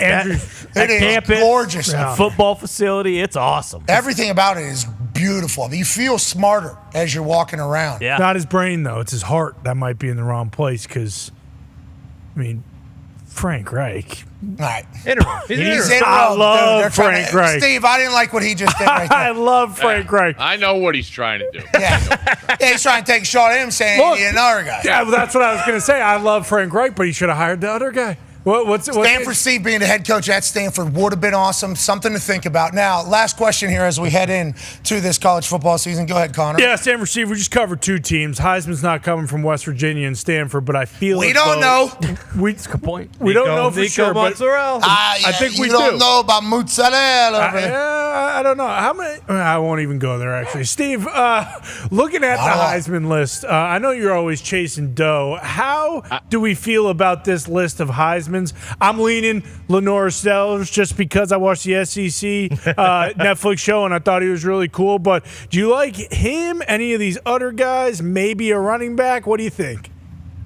I despise Heisman Trophy odds because of, first of all, in this year where no one has a clue, but I believe it's the worst voted on award. And when you're going to do all these Player of the Year and everything, I can't get into it. I just think there's too many intricacies that happen, and I'm not into it. But you got to win 9 games. Hold on. You sound very pissed about it. Like, that seems very deep there. That felt like that was not a Stanford Steve-like answer right there. There's a lot of intricacies. It feels like they never get it right. I don't love what we're talking. Yeah, someone lost Mike Ditka. I think it should go to the best player. And the last year it finally did. It went to the best player. But, like, Jeremiah Smith should be the favorite this year. Yeah, he should. Okay, I got you. You don't think Arch has a chance to be the best player? He has a chance. But I'm saying right now, who's the best player in the sport? He's so fun to watch. Mark Gronowski. Yeah, Gronowski's up there. Hey, now. Gronowski will be a player. Jeremiah Smith is so big home games for the Hawkeyes this year. Who they got? All their tough games. Oregon and Penn State. Yeah. Oregon and Penn State don't love that they're heading out to Iowa. No, they don't. They don't, especially with Gronowski. Yeah, with Gronowski pulling the trigger. He already won a Heisman. Kinnick. He did already win a Heisman. Is Iowa playing football again? Oh, yeah. Got Oh, yeah. Take it from the other guy. Oh, yeah, we are. Okay. Steve, I'll see you soon. We appreciate the help. What is that? We couldn't read it. It kept trying to... Oh, this is Wando's bar in Madison, Wisconsin. Okay, Wando's of course. Great spot. Shout out to Wando's. Yep. Hey, here's the Wando's. Shout out There you Wando's. go. One for Wando's. There you go. Maybe 2 those. Hey, we're Dr. Pepper. That drink sucks, Steve. Yeah. Sorry. Yeah, it's all right. It's all right. Find me. Find me. It's going to be a long season. We'll do a lot of that. Ladies and Another gentlemen. fine? Yeah, another one. Ladies and gentlemen, Stanford. Hey, hold on. Do you know today's called Not Another Wednesday? Ah. That's the title of today's show. Okay. It's for you. Oh, shit. Does he hate it? Not Another Love Wednesday. it. Look it. Damn. No one else has that word. No, they don't. Nobody. You are. Yes, you. Ladies and gentlemen, Stanford Steve. Yeah. That's what we're talking about with we understand when people hate us. I sensed it there. This was, right at the end. He didn't love it. He was not happy that it was not Nutter Wednesday. Look at that, huh? That's cool. Yeah, nice. Shit, he doesn't like it. What the hell? He loves it. It's a compliment. He loves it. And he had a couple classics in there. Like a couple others. Just perfect. Well, I also like it. It's Wandos, Dudos, Fritos. Wait, what's the shirt? Oh, it's Wandos, Wisconsin. How many of those does he have? So many. He's 200. never met a stranger, ever. Like, it is, seems like everywhere he goes, oh, this guy owns this place. Yeah. He's got this other place down there. Yeah, and he uses with DE though. We gotta stop. But there was one point where he said, me and Ty looked at each other because he was like, the guy that I really like, and boom, right away. Okay, we can use it for the. Long season. Yeah. We're gonna see a lot of the other guy. Gonna be the best. Cannot wait. I can't wait to see him. Couple beers with the other guys. And we're back on the road here soon. Very soon. Very soon. Another season's here. And this ain't gonna be like any other season. No, this is gonna be the best. Yeah, it is, isn't it, AJ? It is. I can't. Another season is upon us. It's just so stupid. Whoa! And awesome at the same time. Yeah, you. all great things are. Figuring out how to spell it was a whole combo this morning. There was a chance there was a D, then a T. Nudter. Yeah. But that was too much. I think we can change it as we go. No, it's not hard. It's not. This is when that popped up. This is my favorite. In a while. Once again, full conversation about this graphic as well. This show is awesome. You boys need to never, ever, ever stop. This is an outrageous thing. Joining us now is a guy that could have been a part of this. Yeah, without a doubt. Could have been saving my voice. What do we have? Oh, just a 21-week run that's about to start. Let's go in there without a voice. We'll just start the season like that. Joining us now, the man that'll be blamed for that, if that is the case. Mm-hmm.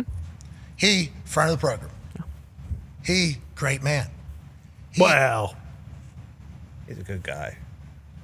He's a good man. He's a good man. How do we know? We don't know what he does behind closed doors. He's a good. Well, we tried to see him behind closed doors. We couldn't. Exactly. So the first thing is he won't let us see what he's doing behind closed doors. He probably isn't a good man. He's a good man. Ladies and gentlemen, Dan Orlovsky. Dano! Oh, in the draw with your top, Dahn. Huh? Living life. Had some free time today, huh? Must be nice.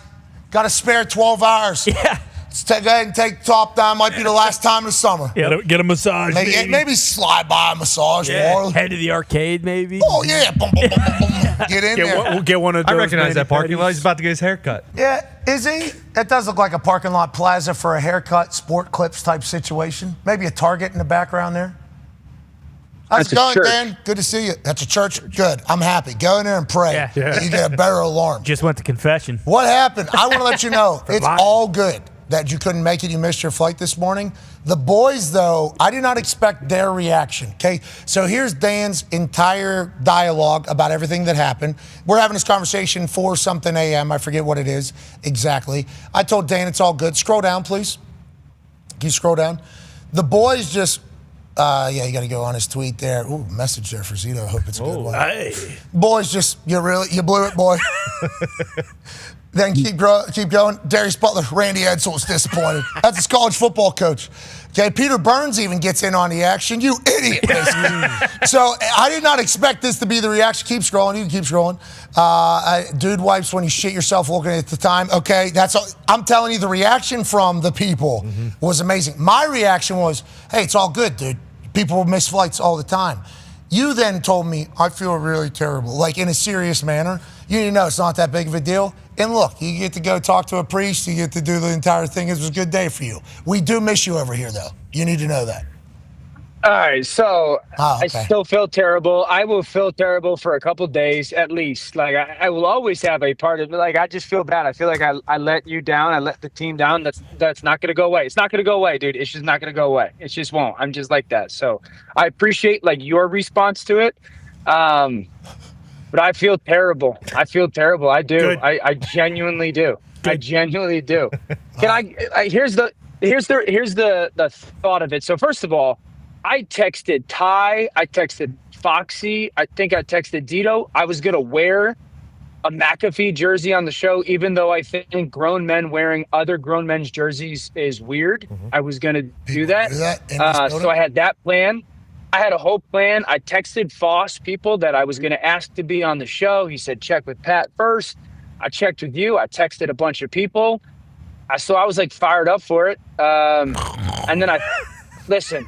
That's Connor. He's very bored. Yeah, there's no way the boys would have let you wear my jersey on here. Just not a chance. Which I appreciate and respect you planning ahead. Zito's the one who sent it to me. See, now that we will have a conversation off air, Zito. We just learned a lot about how you're feeling. Zito can't be wearing my jersey on here. You know that. Can't be doing that. Enough people hate I was me. asked if there was a Pat jersey in the building. Okay. So maybe he was going to throw it out or something. Jesus, I would be getting attacked miserably for forcing a guy to wear my jersey on this show. Ruthless. Cannot have that. Okay, so just going forward, I appreciate what else is new? Exactly. Yeah, but I appreciate the forethought. I wouldn't want the list of people that you said you were going to text for the show. I was so pumped. I'm like, Dan, thank you for looking into this. Good people. Great people that we could not get on the show. Yeah, I'm not going to say it. I'm not going to say it because I don't know what was confirmed or was not. Number confirmed. 9. That was my first guess. I'm not going to say any of the names that he said. Just a nibble, maybe, or come on. Did play Denzel Washington? You were in a commercial with Denzel. I forgot you're an actor. Did play quarterback? I didn't ask Dan anything about it. Do you want to know what I think happened, Pat? Bad with Brad. I never miss alarms, like ever. Well, so I think other than this one. God bless, dude. I deserve it all. It's a bad feeling. This is what at least I've justified it in my mind. You called me, you FaceTimed me yesterday, and you were like, what time do you land? And I said 9:55, which was the time that I was landing this morning. And you're like, all right, see you there. And then I went to bed last night, checked in yesterday, went to bed last night, and I was like, flight's at 6:55. I'm going to wake up at 4:50. I'm going to leave the house at 5. It'll take 15 minutes to get to LaGuardia, and I'll be on my flight easily. Yeah. And my flight, when I woke up this morning at 4:50, I'm washing my face, brushing my teeth. Alert comes on the phone, the notification from the Delta app, and I'm like, and I click it, and it says departure at 6:05, and I'm like, oh, fudge. My gosh. Yeah, fudge. A lot of fudges. Freak. I feel bad. What am I going to do? I'm not gonna fudge it, mate. I appreciate you. And then I was up, obviously, because my body has been in an interesting time zone. I was waking up at 4:30 in Australia, and now I'm waking up at 4:30 in America. Figure it out, dude. Whatever you're doing. All the time zones. Which I don't mind. You know, me and AJ were texting this morning. I'm like Mark Wahlberg all of a sudden. Yeah. The Rock, AJ Hawk. AJ quickly responded. Gary V. Yes. True. All these names. Dan Orlovsky also. Had a lot of convos in the 4 a.m. hour. I learned that the people who are up in that hour want everybody else to know that they're up in that. Sure. That's certainly what it felt like. That sounds like so. Maybe that fits. Yeah, that fits. That feels like that was kind of. So maybe I'll be there tomorrow morning, boys. Just a heads up to everybody that was sending me texts in the See you there. I might see you there. We'll see how the body reacts to that. But with that being said, Dan, all good, legit. Especially because you're on the show the other day and had so many great takes. I mean, just absolutely great takes. So we'll see you down the road or in the Thunderdome later in the year. Will you promise to come to the Thunderdome at some point during the year? 1,000%. That answer is yes. I owe it. I want to, but I owe it. I feel terrible. I dude. fudged up, guys. maybe make him drive here. In that, G. Yeah. And top Dahn. Whole way. December. Yep. Yes. We could all forgive him too right now if he says fuck. You're right. I've already forgiven him, but it does sound like the team would say it's okay if you just let one fly. We're still on ESPN. Yeah, but it gets bleeped. Yeah, people hate it. They really hate it. Yours just didn't because I heard it. Well, no, you're on FaceTime, you dipshit. We're not getting into it. Our show, our show sends through ESPN. I forgive Dan because of that. I like that as well. And Dan, I do appreciate your genuine guilt that you felt. You need to stop feeling that. It is not that big of a deal. We do miss you here, though. We were very excited for you to be here. Is what you need to know, and we'll look for that down the road. quick question for you. Yes. What matchup this weekend or next weekend should we be looking forward to? Obviously, Dallas and Philly on Thursday. Then you got Chiefs Chargers on Friday. Is there any other matchups that nobody's talked about? Because all we've talked about is those first 2 games. That is literally all we've talked about. I mean, Monday Night Football, Bears, Vikings. One team will be going to the Super Bowl, and the quarterback will win MVP. The next one, the team who loses, made a massive mistake. Obviously the overreaction. So that's an enormous one. I think the Texans play the Rams week 1. That's got my attention. I think the Texans defensively are going to be absolutely unbelievable. And then the Rams with Stafford, I think both of those teams, everyone knows where I stand on the Rams when it comes to the NFC. The Texans, I guess, might be a sleeper in some people's eyes, but very much so the favorites in that division. So that game's got my attention just because I think both defensive lines are ridiculous. Bills Ravens, I believe, on Sunday Night Football. Lions That one Packers. matters a lot too. Also, I know it's So many week big 1. games. You better hope the Jets win. I know it's week 1, but eventually one of those teams is probably going to be playing really big time games late in the year for the 1 seed, you would imagine. And so, who's got the advantage with the head-to-head matchup with the potential of the 1 seed? And you throw Kansas City in there as well, obviously, but that game could just be huge come December. I mean, legitimately, you think about the last week of the year when Minnesota played Detroit. It was for the number 1 overall seed in the NFC. If you happen to stumble a couple early games, you're not in that. Now, all of a sudden, you go from 1 seed not only to 5, but maybe to 7. And it's a completely different path to the Super Bowl. Every game matters. That's why we're appreciative of it. And every day matters, especially if that day is one where you get to maybe possibly see Dan Orlovsky in person. Yeah. That day was supposed to be today. It ended up not being today. But thank God we got you on a call. AJ, anything to say to Dano on his way out here? Dano, glad. I'm glad you were honest. I mean, you easily could have lied and said that your plane broke down or something. You wouldn't get in until 3 p.m. So I'll credit to you for telling the truth, honestly. Yeah, kid got sick. I mean, there could have been so many different. So many. I'm an honest man. Good for you. Honest program. Honest man. Good man. Goes back to what we were saying before. He is a good man. Maybe your sounds and haptics, too. Could be. That thing turns down on you and the alarm sounds and haptics. That'll get you. No, the alarm went off. I just set the wrong time. I just had the wrong departure time. So honest. Because sound and haptics could have got him. Because that would have been a real excuse. Gave you an out.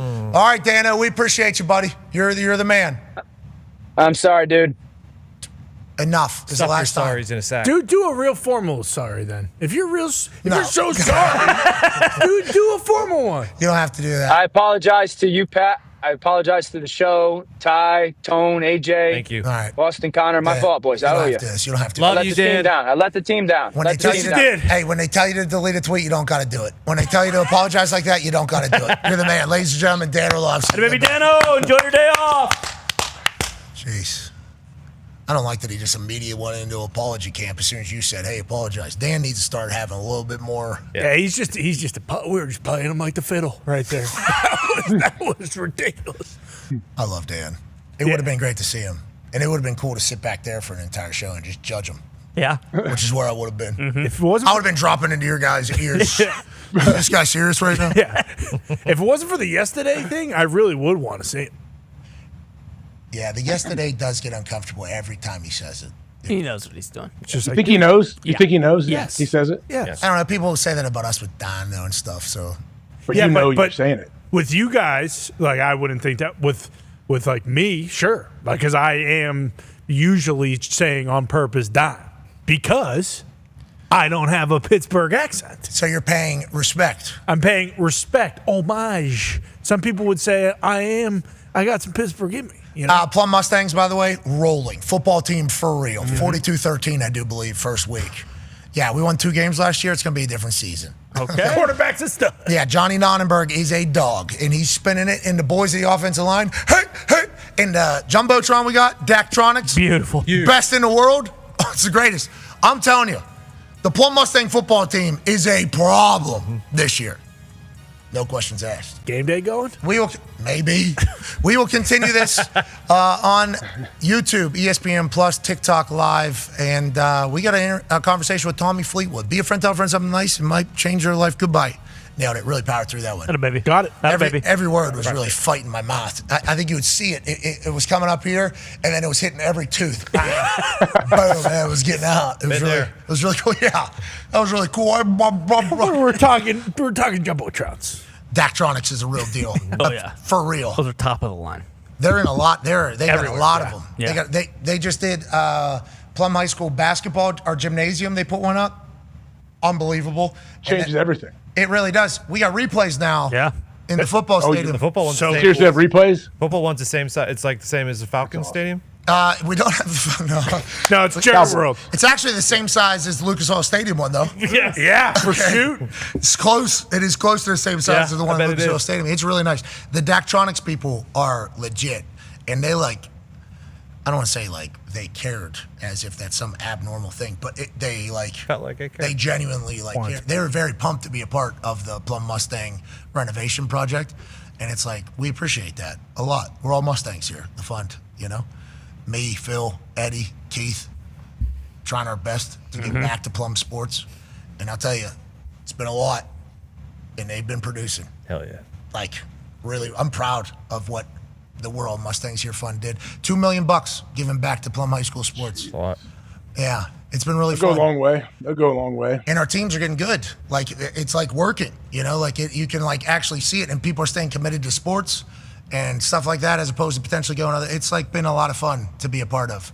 And our football team actually looks like a football team. It's a big win, week 1. First time ranked in 5A. There you go. Ranked 9th. Hasn't happened. Pretty good. I sent a text to quarterback John Nonnenberg. Means fucking nothing. Okay? Being ranked after week 1. Let's not forget that. This means absolutely nothing. We got Now, let's be excited. Okay? Definitely a big time win, especially over Franklin Regional. Okay? They got all the money. Scumbags. Tone's dad lives in the town. Is that a rival? Wow. My parents currently reside in Franklin. That is Scumbags. That is the area but rivalry, very close. They literally look up the hill. They are on top of the hill. We are at the bottom of it. That is who we're playing against. And we get a huge win over a huge win in their place. And I think Nonnenberg, our quarterback, threw for 200 yards and 4 touchdowns or something. It's we got a guy. Not bad Friday night. We got an offensive line. We got a team. Our defense was pound. Hold the phone. Let's go, boys. Got the juice. 5A. Home opener this Friday. I forgot they have 5As now. I think they have 6As now. Yeah, I think 6A in total. I think we're 5A. We were 4A, which was the max. Then they they opened it up a little bit. Then we moved to 5A. I think we got some big time opponents coming down the pipe. We should be enjoying these wins, but we need to keep stacking days. That's right. We need to keep stacking days. We need to keep stacking days for sure. All right, we got a chance to catch up with the FedEx Cup champion earlier today. AJ, did you know that? I did know that. Yeah, Tommy Fleetwood. I can't wait to see it. Actually, what a sweet final tournament for this guy. Sweet ending of the PGA season for him, and also his hair looks fantastic, like yours. Hey, your hair looks good. It's coming along. No, Tommy has that legit volume. He's got he's got some curls to it. But Tommy's doing things right. We'll get to Tommy. You've shaped yours a little bit here, huh? You have. I got the bottom trimmed up a little bit. Still growing out everything else on the side. It looks good, dude. Starting to get kind of spiky around the yarmulke. Yeah, you can see it. Very spiky, yeah. Can't get it is kind of like the Jesus. A little bit, the crown of thorns. Yeah, that's what I'm going for. That's what I'm going for, yeah. Before it starts to fall. Yeah, I got gel. On the spike. They cut. Remember they cut Tebow's hair that way in camp when he was the Bronx. The Jefferson. Yeah. All right. Yeah. Ladies and gentlemen, we talked to a man with great hair earlier today, and a man who's fresh out of a $10 million payday, Tommy Fleetwood. Ladies and gentlemen, joining us now, the FedEx Cup champion, an English lad, and an absolute stud of a man who I think the entire world is a fan of, and everybody on earth was happy to see him win $10 million this past weekend. Ladies and gentlemen, Tommy Fleetwood. Congratulations, Tommy, on the big time win. How you feeling, bub? Thanks, guys. I'm good. A little jet lagged, but we're all good. It's been a really, really nice few days, and it's been a great way to end the year or the season. Yeah, heading into an offseason with the biggest win of the entire season has to feel good. And obviously, that is vastly different than previous seasons. And I know there's probably been a lot of reflection, and I assume there's been a lot of people asking about what your golf life had been until this big-time win. But I'd be remiss if I didn't bring it up. On Sunday, when you have the 3-stroke lead, and everybody on earth says, hey, it's Fleetwood's time. Literally, I think LeBron, Caitlin Clark, everybody on earth is like, it's Fleetwood's time. We're all pumped for you. What are you thinking about there? Are you like, holy shit, I could 6-putt this thing still? Or what is yeah. I've got to say, when I was on that last hole, because I think the 15th tee shot was the one that I really wanted to get away, like that par 3 island. That was one that I really wanted to get over with. But when I was down the 18th and I was just short of the green in 2, chipped it on.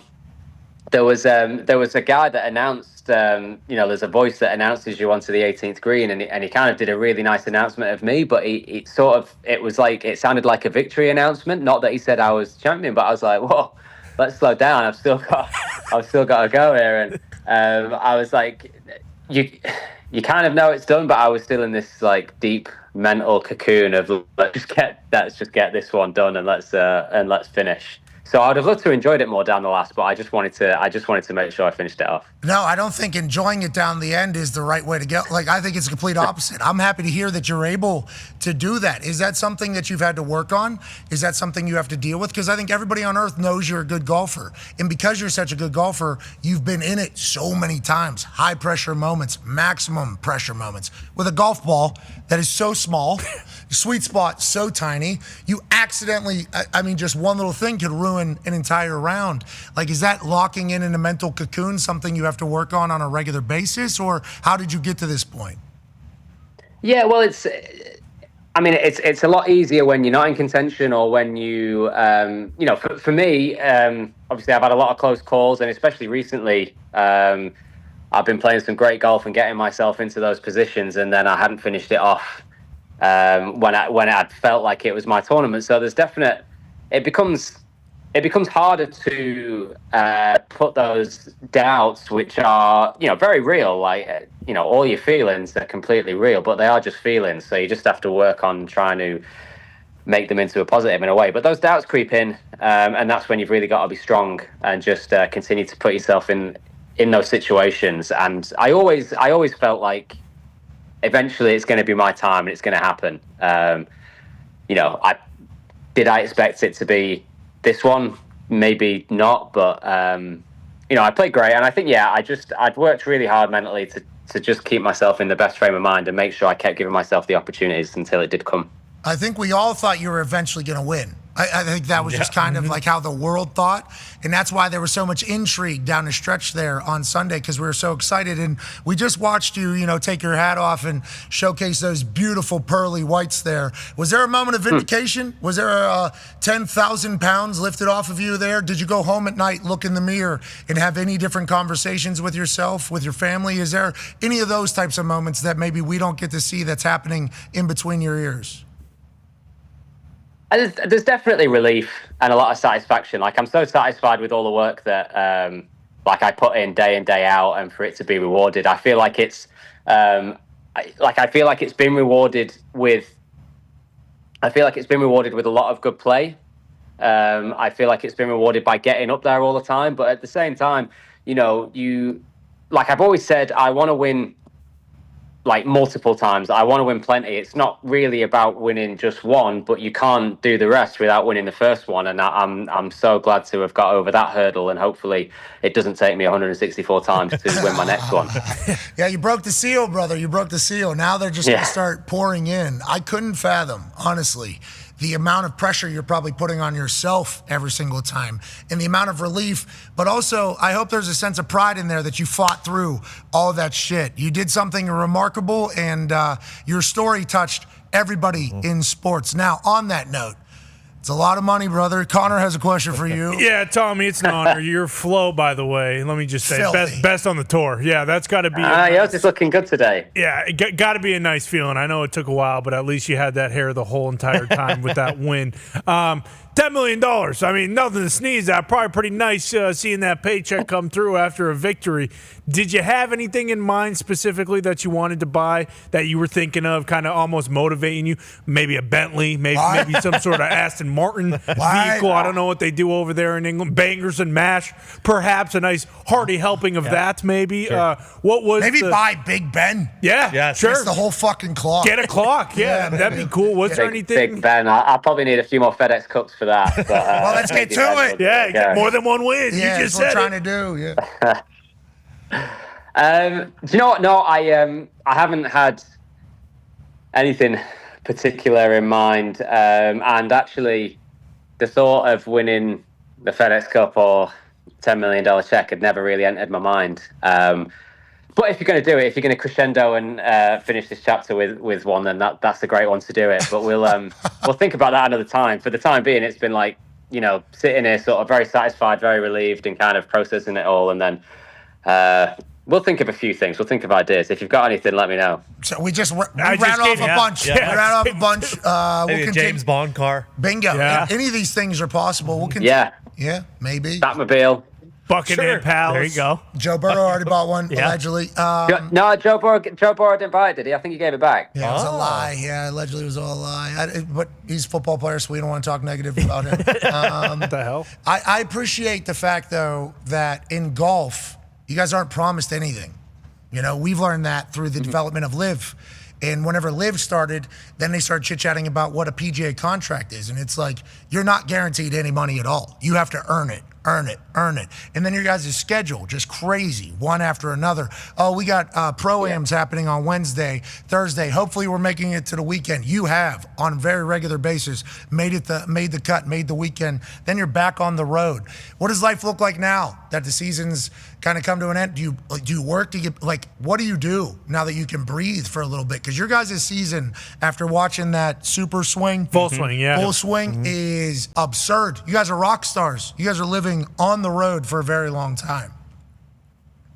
Yeah, well, for me, I play the tour over in Europe as well, so I've probably still got 5 or 6 events left until December. December will be my time to sort of shut it down and have some time off then. But we've got the Ryder Cup coming up, so that's in, 3 weeks' time, a month's time. I've got one event before that. So actually, right now, it's like I'm having a week. I'm having a week at home, just chilling, just enjoying it, and then I'll actually get straight back to work and practicing for the next event. So there's always something going on. I think that was the great, for us, European players that play both tours, the change in the way that the format works in the schedule, where we're finished in August and we don't start till January. That's a nice time for us then to play.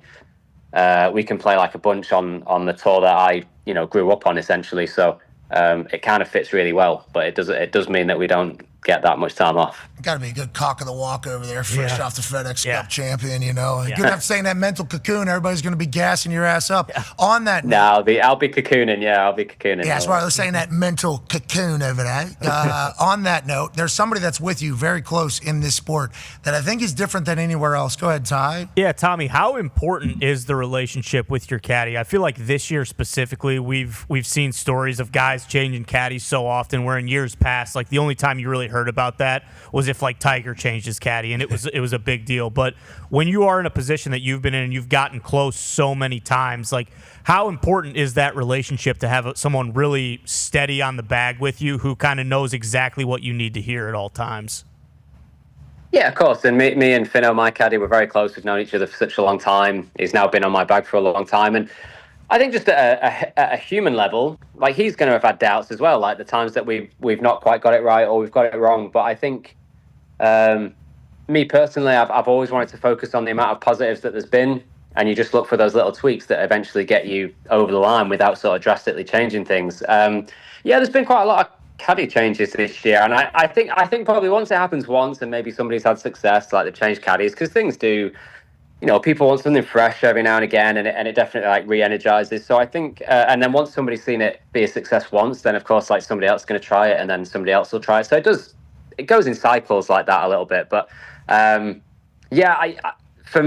me and Finno, I think especially this latter part of the season, it was just important that we continue to learn from anything that we didn't quite get right or any mistakes that we might have made. And then when we're in that situation again, you just put all those things right, or you put them to the forefront of your mind, and you keep pressing forward. And this was the time that it did happen for us. So, I'm a big believer in like consistency, like minor tweaks, and this one's paid off. So that's been nice for us both.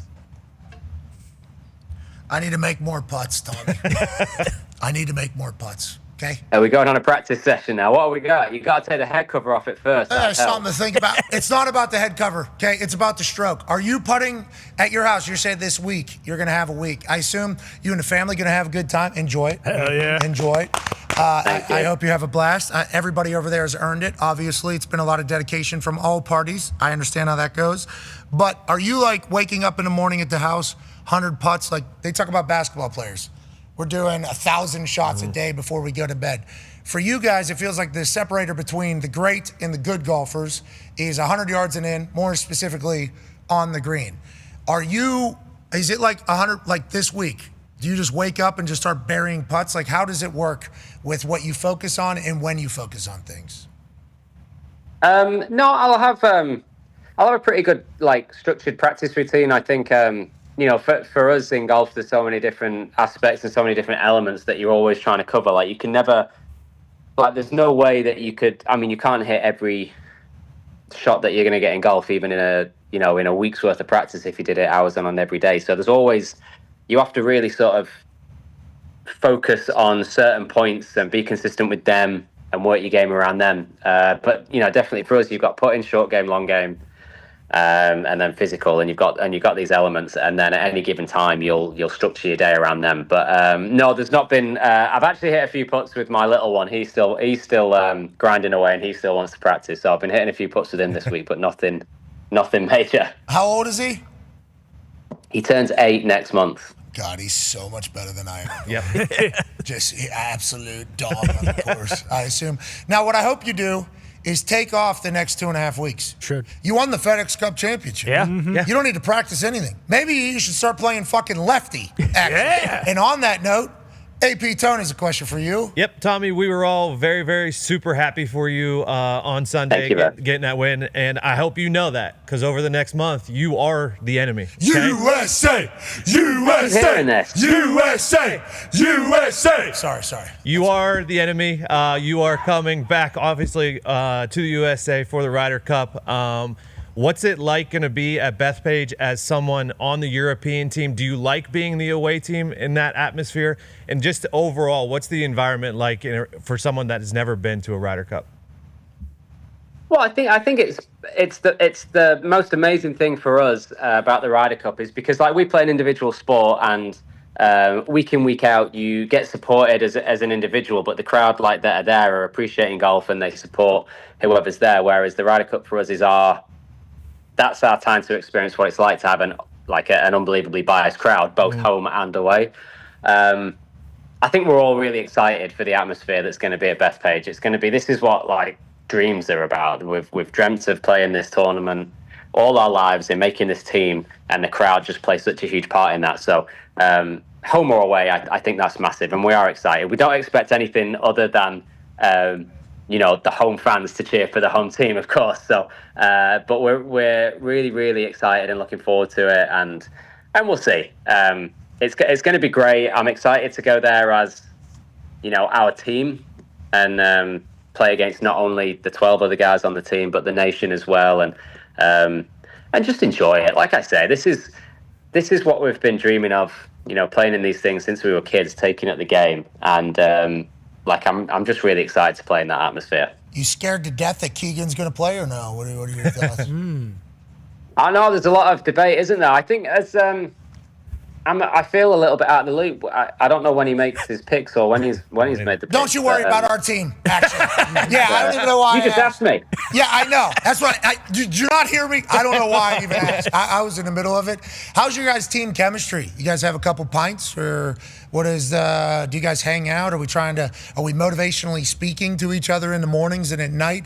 Are we hanging out in the locker room? Is there a sense, you said, your individual sports, do you try to do as much team activity? Because for us, like, camaraderie is built at training camp, and like you try to come together. And I know golf is one-on-one, but it does feel like it's you versus the world out there. Do you guys do a lot of team shit? And is there like a group text? How do we figure it all out? You don't worry about our team. We're good. Congrats on winning the FedEx Cup championship. I wish you nothing but failure in a few weeks at the Ryder Cup. But immediately after that, we're right back on the Fleetwood train. That's right. We're back. We appreciate the hell out of your time. I could accept that. Congrats, dude. It was fun to watch. Thank you very much. That's awesome. Thanks for having me, guys. It was great to see you. Yeah, I want you to know, though, like, we all all felt like an immediate sense of, like, happiness and joy for you. Everybody in the sports world. Yeah. That's very abnormal. Yeah. That's very abnormal in the sports world. People want to hate people, especially if they're successful. People want to tear people down. As soon as you won, everybody in sports from all different walks of life are like, good on you, like legit. So fair play, lad. I think you should feel very good, and we're pumped that you joined us. It's been awesome. Thank you so much to everyone. Cheers. Have a couple pints on us. Cheers. How many, by the way? Yeah, how many pints fit in the FedEx Cup? I haven't tried it yet. I didn't get to put a pint in it, but there'll be a few. Probably like, I don't know, 3 or 4. All right, we appreciate you, ladies and gentlemen. FedEx Cup champion and a man who's about to just dominate the European tour, I guess. Again, Tommy Fleetwood. Yeah, Tommy. Good moxie on Tommy. Yeah, great moxie. We're all happy for him, AJ. That was something I tried to tell him like 5 different times because I wanted him to understand like that is abnormal. Like I don't really know how often. Maybe around the Olympics, somebody will come around and Bolt. I think everybody wanted Usain Bolt to win. Even American people wanted him to win whenever he was first doing his thing. Maybe Phelps whenever he was rolling. I don't know how many just like sport. I guess. I wonder if that's like a United States thing too. Like I'm sure other countries weren't jacked up to see Michael Phelps win gold medals. I feel like we got behind a couple people that weren't from the United States. Well, then how about Bolt? So we'll say Bolt then. Yeah, I think that's probably a safe one. But you're right. Because I felt like the world was like, hey, we have a human that is faster than humans have ever been. I think we're all pulling for team sport. Serena, maybe. Yeah. Serena, a little different, but I feel like when Stafford won a Super Bowl, everyone was happy for Stafford. There was a lot of people in Detroit that weren't. Okay, I thought the Detroit people were still cheering him on. I mean, a majority were. But. Dude, 30 top 5s. We've seen that guy on Sunday a lot. Yeah. Yes. We've seen his name on the leaderboard a lot. Like, he is very known. And then it's like, not going to get it done. That was just always, and we're always so bummed for him. Like, man, yep, got a double on 14. It's over for Tommy. Yeah. See you later, Tommy. You're on your way out. For him to finish, and I asked him about that mindset on 18, because the way I worded it was certainly something, but it's real. Like, you can 6-putt. I've watched on Sundays where some guy that I've never seen before is about to win, and like if he misses this, it goes to a playoff, and it's a 2.5-footer or something, and it's like, could you imagine just rimming that out, and then it's another 2 feet? Yeah. Mm-hmm. And it's like, well, if you miss this, there's not even a playoff. You actually come in second place. Somebody else wins. It's like you can definitely miss. There's a lot of spots for that ball to roll to, especially with how small it is. It's like, that's why it's so hard to win. That's why Scotty Scheffler, outrageous. Tiger Woods, outrageous. Everybody that was kind of on those runs, Jack way back in the day, outrageous. Whenever people were on those runs in golf, it's so fickle because that shit can just vanish. And it did to a lot of stars. And it's like, Tommy Fleetwood, I think he should be considered one of the greats.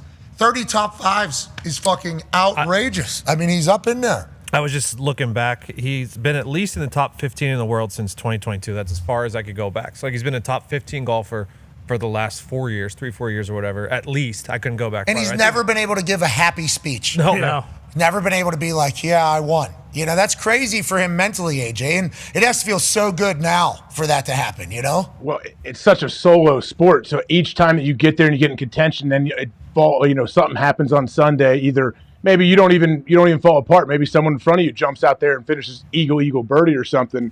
So yeah, the fact like each tournament where you go, oh, here we go, awesome, another top 5, and I can't find a way to finish this and win it. But I think you're right. Like he may have taken the lid off. He may have figured it out. Now I cannot imagine the confidence this guy has to have. I mean, at least you can lean on it. In the biggest tournament with the biggest prize, $10 million, I was able to finish. It's like, at least you have that in the back of your head. But every time is, situations are situational. That's right. I mean, that is reality. It's like how he wakes up on a future Sunday will be the same as how he felt this past Sunday when he won the biggest prize in the sport. I'm not 100%. I mean, nuts. Congrats to him. And then he goes right into the European Tour. He has 7 wins on the European Tour thus far. Goes right into that. I actually get an opportunity now to play 8 more tournaments because the way it is, like, this guy loves ball. Yeah. This guy. I went back. He's been in the top 25 since 2017, basically, and has never won on the PGA. Great golfer. This guy is a great golfer. And like, even his friends and family probably weren't even able to really celebrate him, you know? And then he wins one, and it's like all his friends and family that have been by him are like, we told you he was a guy. Like, always told you he had it in him. And then he does it. It's like, good for you, dude. That's what we've seen this like a couple times now, but when you see the guys on tour who stay and wait, like when he's on 18 there because they know he's about to win and they want to congratulate him, like it's almost like those guys wanted him to win more than like they wanted to win the tournament. When they saw that like he was in position, it's like, you know what? Fuck this. Like, it's Tommy's time. We got to be there for him, and that especially I feel like never happens. Good for you, Tommy. Hell yeah. Yeah, good for you. Happy for him. He was cool. Great chat earlier this morning. He saves a little jet lag there. Big Ben's going to cost more than $10 million, boys. So that's a bummer. Yeah. He's made a lot more than $10 million. Once again, great golfer. Yeah. Great golfer. Speaking of great golfers, AJ, you've won in a golf tournament before, right? No, I don't believe I've ever won in a golf tournament. No. I introduce you as a Ryder Cup winner every single Winner. I guess I've won my match with Rob Riggle. We won our match in a tournament. Yes. You've won in a tournament, right? Yep. Correct. And saved a life. Let's go. Yeah. And was part of or saw somebody pass away on Kelly Slater. I saw Kelly Slater save a life. Yeah. Shout out. What a crazy shouts, Kelly Slater. Surfer, right? Yeah. Yes. Oh, and Malfoy. And lifesaver, actually, on a golf course at Ryder Cup, which leads to the Ryder Cup team. We put up on there pretty big, like, hey, this was recorded 10 minutes before. Yeah. Yes. Actually, 10 minutes before the Ryder Cup teams were announced. That's on us, but also scheduling-wise, the only time we could talk to Tommy. We got a good team, Age. Keegan Bradley did not select himself as a captain's pick to compete alongside the boys on the course. He would just be leading a group of studs into action in New York. We told Tommy that he needs to suck in this for the good of the United States of America. Feels like he's pretty locked in on them winning. What are your thoughts on the team and just the Ryder Cup buzz here starting to really build?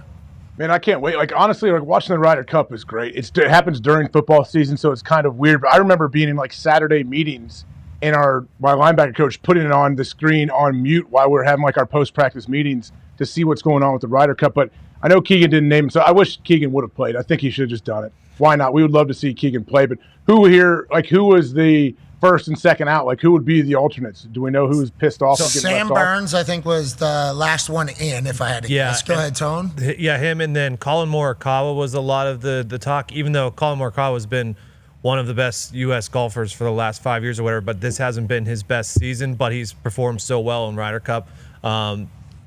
Keegan said that they brought him on, but so Morikawa and then Sam Burns were, two of the last ones that were. I'm a Keegan addict. Sure. Yeah, you are. Sure. Okay. Noted. But who was on the edge that just got left off? Do we know? Like, who are we that thinking? Way? Keegan. Yeah. Yeah. Other than Keegan, yeah. I mean, he left himself off. Yeah, Keegan Bradley. I think he's the who's this year's Bama and Ole Miss and South Carolina. Yeah, I haven't seen their fan bases putting out a lot of stuff yet. Yeah, we'll go on X to see who's pissed. Yeah, but we want to let them know we're pissed too. There's only a certain amount of players that are allowed to be on the Ryder Cup team, though. That's right. Maybe next time you can play a little bit better at the beginning of the season. Get those points up. Get in. Because we need you on Team America, especially if we lose.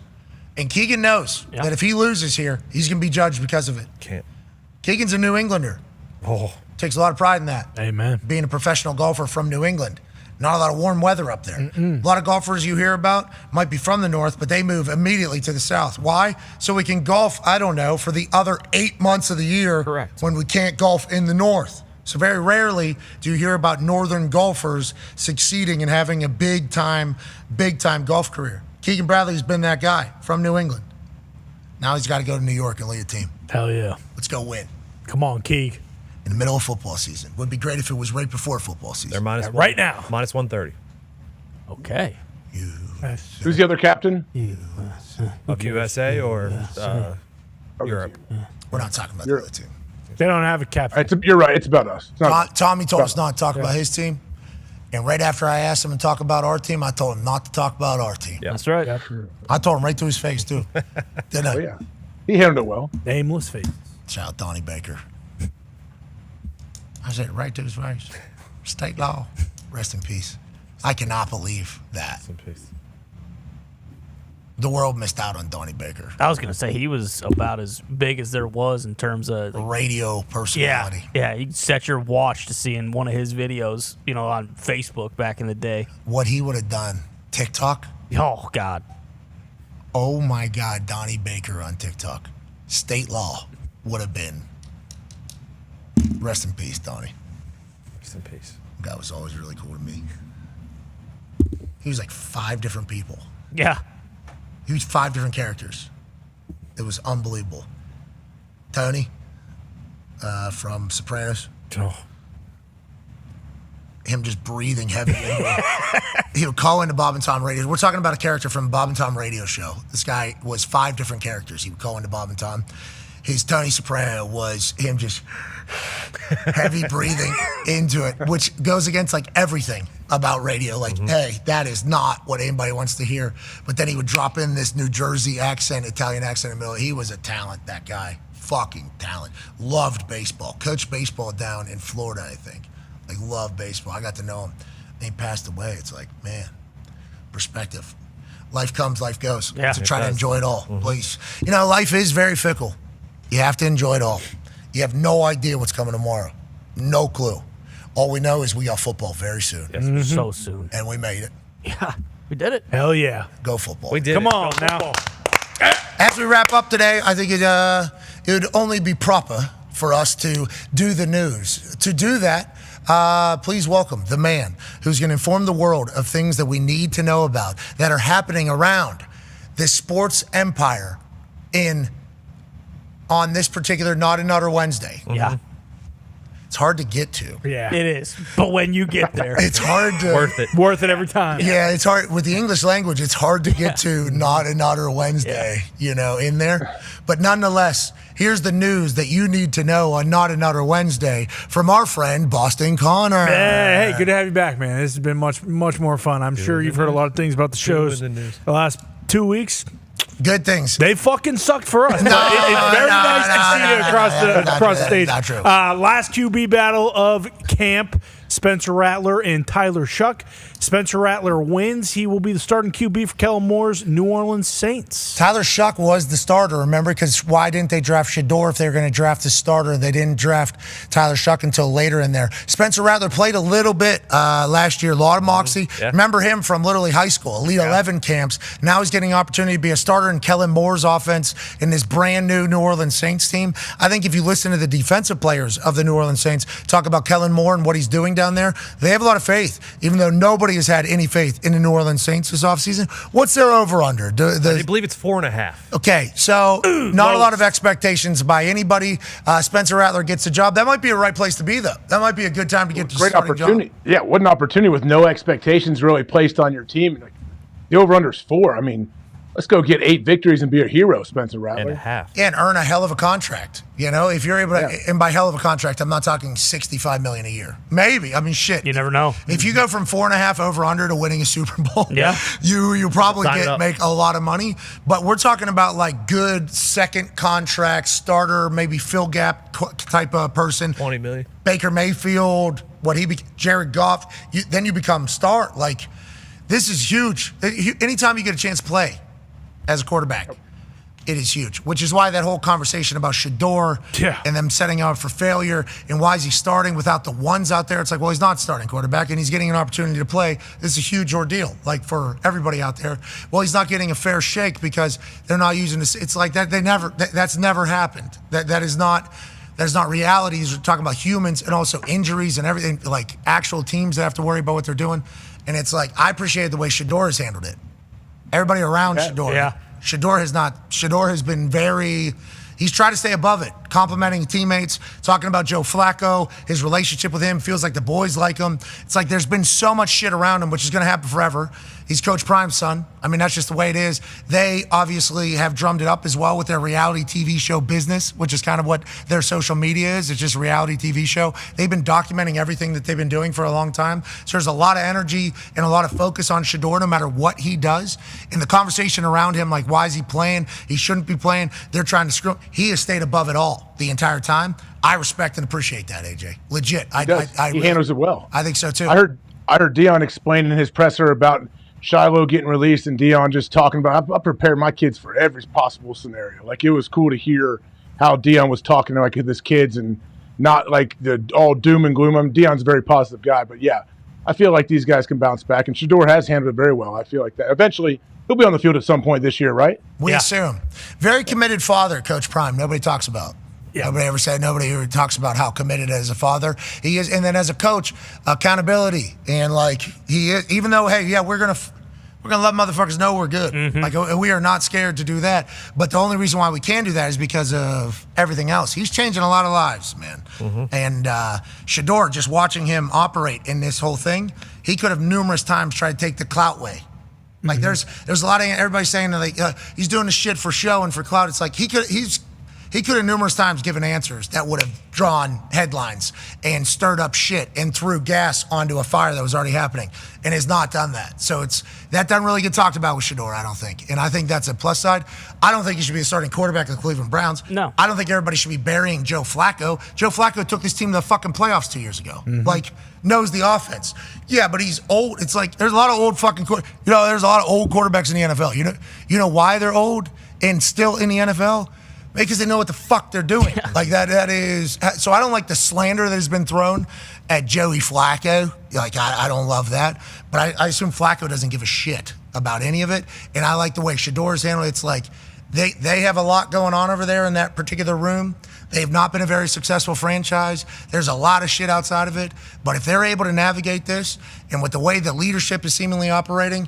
It's like good for the Cleveland Browns for how loud it's been outside of it. Yeah, and part of the do the news also is Dylan Gabriel, who has handled this very well because amazing. No one's talking about him. He was announced as the official backup, and Shedeur will be the third string, which people had thoughts about. But typically, if somebody gets drafted in the third round and another guy gets drafted in the fifth round at the same position, that third rounder is typically above him on the depth chart. Well, I'm probably going to get a little bit more opportunity as well. And he looked good with the opportunities he was given. And also, that goes for if you're the second overall pick or like a fourth round pick or a third round pick. All the way down. Yeah, it's like because that's how much money they invest in you. That is what they've invested in you. So if you're not getting paid a lot of money, I think in any job, you should understand that they do not have a lot of investment in you, okay? So that probably makes it easier for them to move on from you. If they're paying you a lot of money, they have investment in you. So they are looking for you to succeed because that makes them feel good, right? Because they invested a lot of money. But also, they're looking for you to succeed because they are the ones that believed in you. So there's a lot of that type of stuff that happens with the draft. Now, is that fair? I think the teams would say, yeah. A third rounder is worth a lot more than a fifth rounder. Have you seen any of the trades that happen? Do you know what a fifth rounder is worth? Do you know what a third rounder is worth? Do you know what a first rounder is worth? So, like, this is just a reality of what the business is, and none of us expected Shedeur to fall to fifth round. None of us. But the NFL did. All 32 teams, numerous times, let him fall. Are we saying that's accurate? No. But the reality is he's worth a fifth rounder to the Cleveland Browns. Dylan Gabriel is worth a third rounder to the Cleveland Browns.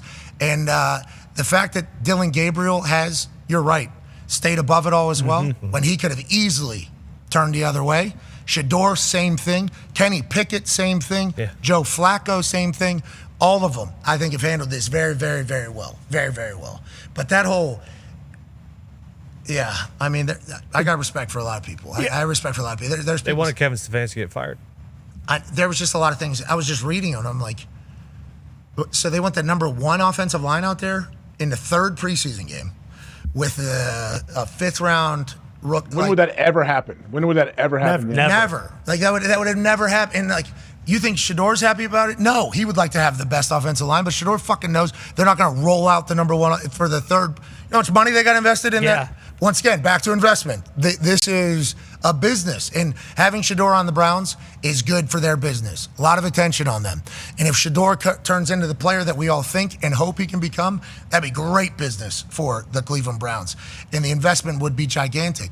But it's like right now the way they're viewing it is like our starting quarterback is Joe Flacco. Mm-hmm. Joe Flacco took us to the playoffs 2 years ago. Joe Flacco and us did something that not a lot of Cleveland Browns teams have done in the last 100 years. So I think so much conjecture, but I think the way Shedeur's handled it is cool. It's not a story that's being talked about. I like the way he's operated. And just like we forget what we were saying about that Browns team when they did go to the playoffs. They were going to Houston, and everybody thought that the Browns were going to beat the shit out of C.J. Stroud his rookie year in Houston in the playoffs. Like everybody was so high on Cleveland. And Joe was hired mid-season off the catch. He beat a dead guy in the comeback player of the year. It's true. Yeah. He beat him. Damar Hamlin. Yeah. Think about it. He defeated all odds. Damar Hamlin was like minus 300 to win comeback player of the year at the beginning of the season. What did they say, though? It was for on-field performance, right? Mm-hmm. That has since been changed. Yeah, and then they changed the Flacco rule. Hey, you can't come off the couch and win comeback player of the year anymore. Okay, If a guy passes away on the field in front of all of us, he's probably going to. Yeah. Okay. Can't have this happen again. I like Joe Flacco, man. I liked him when he was here. It didn't work at all. He was not good here with the Colts. You got a raw deal. Didn't seem like they were set up for success. No. Yeah, But- still doesn't. They are now. You don't know. No, I don't. No, that's true. I do not. Dimes has been slinging I'm it. thinking about that with every team. I'm like, I don't like the way the new Colts generation fans, too, the ones that attacked me for pointing out everything that was accurate about the team last year. Now, they all attacked me last year. They are now attacking everything about the Colts and going after them. And it's like everybody has said the same thing, basically. And it's like to be a quarterback is a lot of things. Like, it's a lot of things. There's only 32 of these jobs.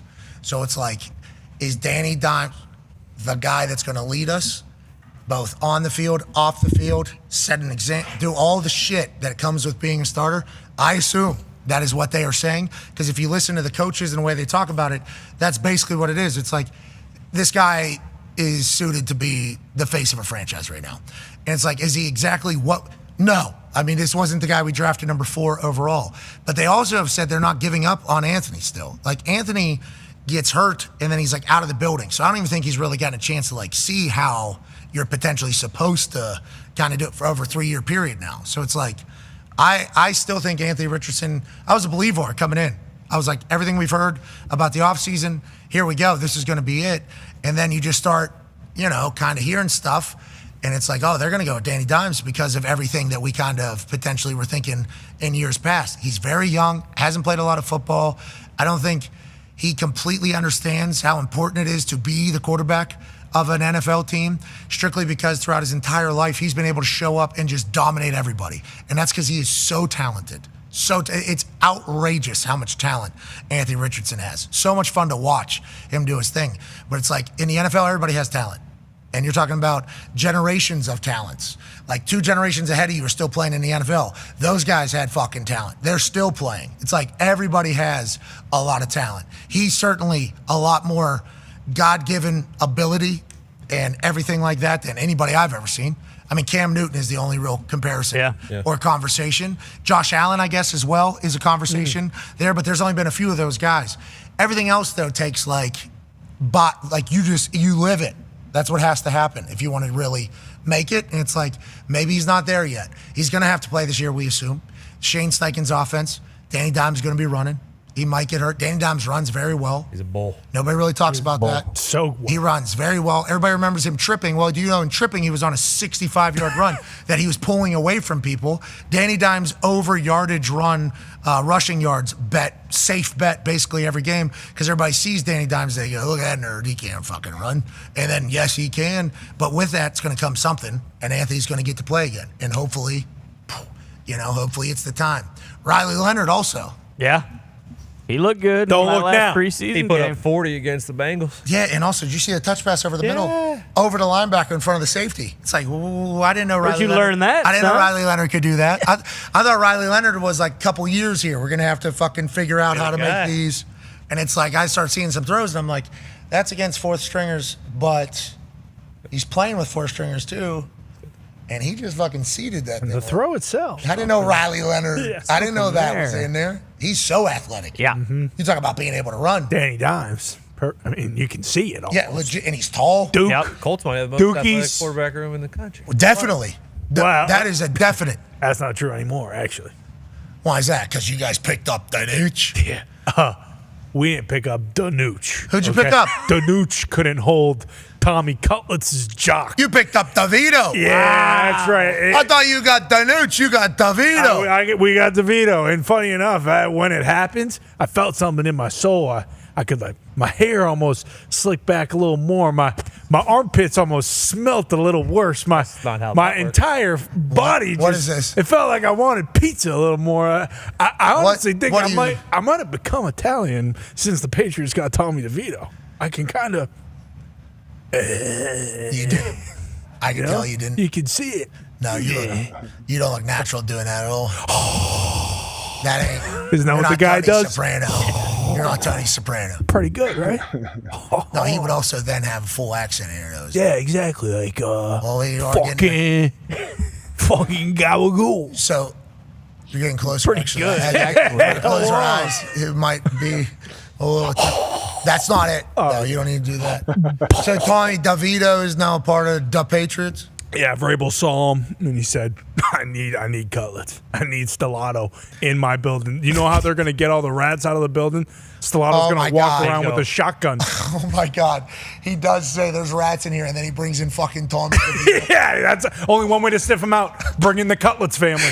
Bring those noses into the facility, and let's have them going office to office. Yeah, you said something there. What I was alluding to is they were going to take a ride. Old buddy was going to be sitting shotgun. Tommy DeVito's going to be sitting back right side.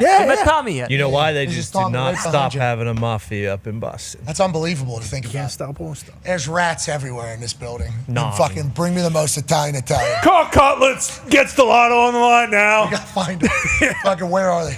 We got loose lips around here. Need you to find them. Stellato, also a Mass guy, by the way. Stellato grew up in Massachusetts. That's also a preseason matters because he went like 16 of 20 against the Patriots in their final preseason game. Also with the O-line where I think most of the O-line got cut, but that's for a different day. So, those preseason games do count. Everybody's watching. Yeah, especially on the other side of the field. Mm-hmm.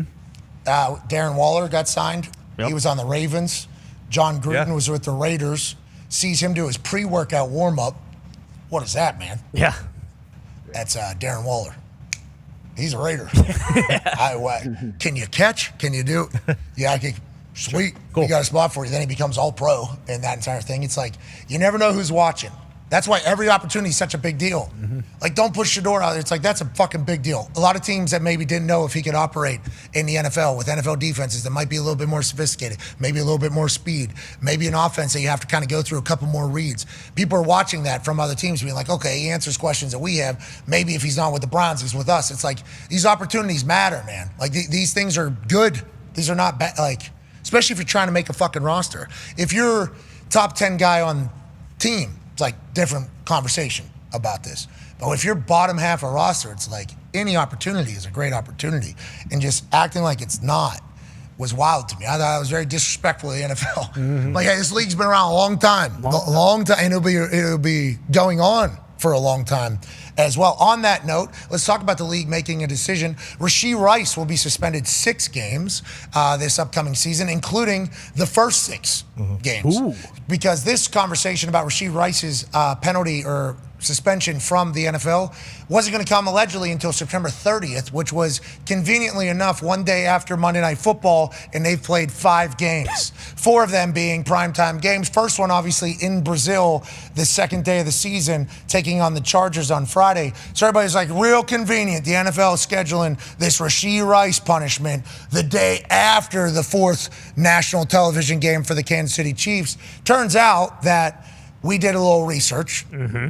We reached out to our source Says within the league, and September 30th would have been the last day that a rule would have come. And that would involve like a judge hearing both sides, both the NFL and the NFLPA, because there's a lot of things and moving pieces whenever it comes to suspensions and precedent and things of that nature. So I guess that a suspension was trying to be worked on here since it has happened. And the NFLPA, and maybe they have their gripes or fight back about things, and they're kind of presenting their case. The NFL is presenting their case. Then they were able to come to an agreement on a 6-game suspension being the proper amount. Rashee Rice has agreed to it. So September 30th was a date of importance in this particular case, but it was never, in the NFL's eyes, from what we were told, the date that the decision was going to be made. They've been trying to get this done basically since it has happened. So they finally just were able to get it done, which was news to me. I did not know any of that information. I was very happy to learn that, because it was hard not to be like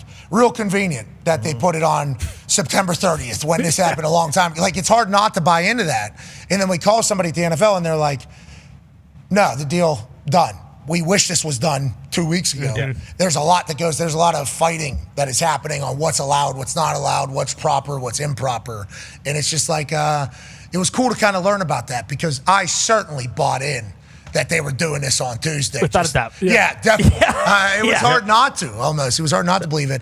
And instead, they get it done before the season starts, which is what they've been trying to do. And it's a 6-game suspension. And Rashee Rice and his people have just been like, yep, you got it. We'll see you on week 7. Yeah, and it was hard, too, because Jordan Addison got suspended 3 games either the same day or the day before when this news dropped. So that's why everyone was like, okay, if they're suspending guys now, and then the one player on the Chiefs who's up for a suspension, he's the one that gets special treatment, and they get 4 primetime games with their full team before he gets suspended. Like, that didn't make any sense. The Addison suspension kind of added that into it. It was easy fodder. It was easy conspiracy for fodder. right now. Yeah, especially the Kingdom's out right now. Yeah, exactly. I mean, it's just like, it was easy fodder. So I think them getting this announced before the season was huge for the NFL. But also, we need to remember this going forward, AJ, that even though it looks like a duck and waddles like a duck, that fucker might be a goose. You know, you never know. You can't just assume things these Till you days. hear the quack. AJ. You can't. Do we know if Rashee is allowed in the facility and able to practice with the team during this time? No. Nothing. Yeah. That's a big deal. Like, if he was able to take part in practice and meetings, I think that would help him a lot. Yeah, I think so. I was suspended a week, wasn't allowed in the building. How do they I follow was like, so what am I supposed to do? I'm just sitting in my house? Like, How do they follow that? Yeah, it's what you're doing. Okay. I'll just sit in my fucking house. Shut the blinds. I don't want to see anybody. I'm embarrassed. I'm disgusted with myself. And who can I talk to? Myself? I can't even go talk to anybody. Everybody I know in the city's in a building. It's right there. I'm not allowed in there. I'll fucking go home, I guess. Bad move. Where am I working out? Fucking LA Fitness. Am I allowed to work out? Some runs. Not allowed in the building. That's like mine was 1 week. 6 weeks, a long time. You know, we watched Tom kind of do workouts in his backyard throughout this entire thing. I wonder what we'll see Rashee doing. I assume the workout videos will be fucking outrageous that'll be coming out. I do assume that's it is crazy to think, though. Like, it's easy to kind of just dismiss this and be like, oh, like, that's a third of the season. Long time. And like they were relying on. I mean, we saw how the Chiefs' offense was last year with him at the very start, when it's like, oh, okay, this is the guy they've been missing. They need him. This is why Kelsey's kind of taking a back seat, because he is crazy situation. Could have killed somebody without a doubt. Yeah, like, we don't want to. Not downplaying what happened, obviously, but like, I mean, for the Chiefs, I would assume they probably expected this was coming, but still, like, having a guy who you expect to be a Pro Bowl type receiver and help Mahomes have another one of those seasons, for him to be gone for a third of the season, like, what a hit. Yeah, now it's just, it puts a spotlight on Mr. Kelsey and his improved offseason, him working out down in Florida. And then, Xavier Worthy, who was in his second year. I mean, he was awesome as a rookie. So it just puts a little bit more on those guys until Rashee Rice. Do you think it'll be Kelsey Swift? Both of them? I think he's taking the name, isn't he? I wonder if both of them. Like a hyphen? You got to hyphen it? Yeah. They should. I would not judge. Why not? 2 very great names in Americana. Yeah. That jersey sale would do so well. Yeah, but that's you're thinking strictly business-wise. I'm thinking, like, in my eyes, that'd be a dope. That'd be a fucking, imagine our kids. Oh my God. The pressure to be great. I'd be more of a fan to take both last names and combine them into something different. Kel Swift or Swift. Swelsey. Yeah, Swelsey. probably the There one. it is. Yeah, Swelsey. Whatever. I'm so happy for them. They should take each other's last names. Oh, Now swap. Swap. I'm so fucking happy for them. Think about how loud it was when they were just trying to date each other. Oh, yeah. You know? Fuck these people. I'm sick of seeing them. It's like, well, sorry, one of them's the biggest star in the world, okay? Sells out stadiums in every fucking continent by herself. And the other one's the greatest tight end of all time. So, yeah, sorry, in the biggest sport at the biggest time of the sport. Sorry you're seeing, yeah, sorry. Sorry people are seeing, I guess, is kind of the thing. And then, this is a plant. Oh, she's trying to sell an album, huh? Okay. I can't believe fucking Travis Kelce is letting Taylor Swift use his NFL status to sell some fucking... Like, the amount of different eras... Shout out, Taylor. Sure. The amount of different eras of hate that they got at the beginning had to make it difficult to become a couple. Yeah, I mean, it really makes no sense that this is the point we're at because, like, especially in I can't imagine having every part of your personal life being under a microscope. Literally everything. They couldn't ever go anywhere publicly and not have it be the biggest fucking deal ever. You know, it's like the Beatles are coming into town. Like, Also, Trav, you need to look right, act right. Yeah. Because her fans, obviously, for good reason, because she is an absolute dog, very loyal, and they've also been with her and have learned her entire life story through her songs. You know, she's like a diary journalist artist. She's told, I've learned about all her exes through listening with my wife, and it's like, yo, Trav, representing for football. I was very pumped. I'm like, here we go. Because she's been with artists in the past, actors in the past, musicians. It's like, I've heard about them. We don't like them. You're representing for football here. And he's been fucking, he's the perfect tight end. Perfect representative, absolutely. I think so. I legitimately think so. Like, I assume he would say maybe misstepped a couple things. I misjudged a couple things, maybe, because he's in the public eye. But, like, the tight end position, and this is why I thought from the beginning it was perfect. Not only because I kind of know Travis pretty well, and I also know Taylor through her songs, and her documentary. Travis, tight end, he's not expecting to be the star. Like, the quarterback is the star.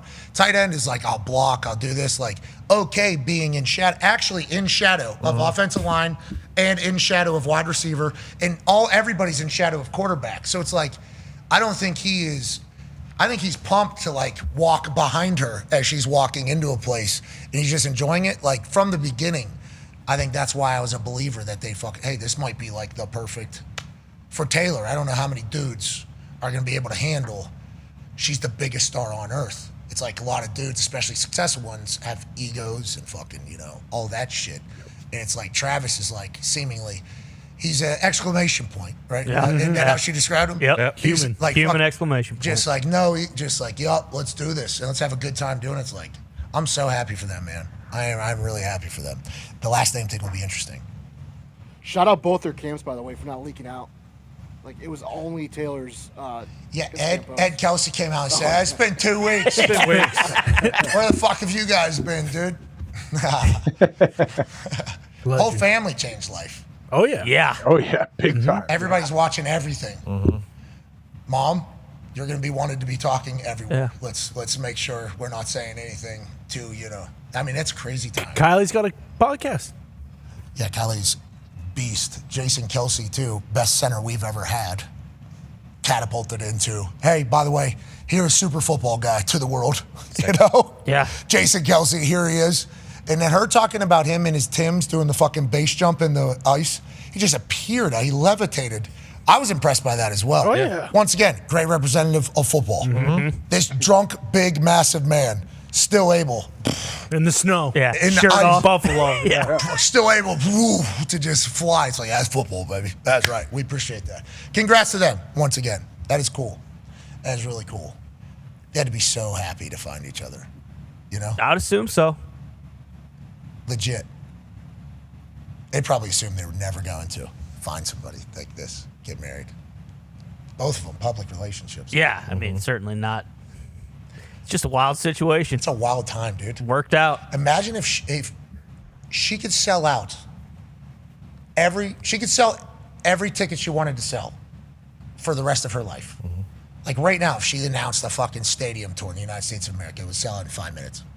Foxy, do you not agree with that? 1,000%. Foxy's got a Swiftie he lives with as well. Yes. So it's like 5's a lot.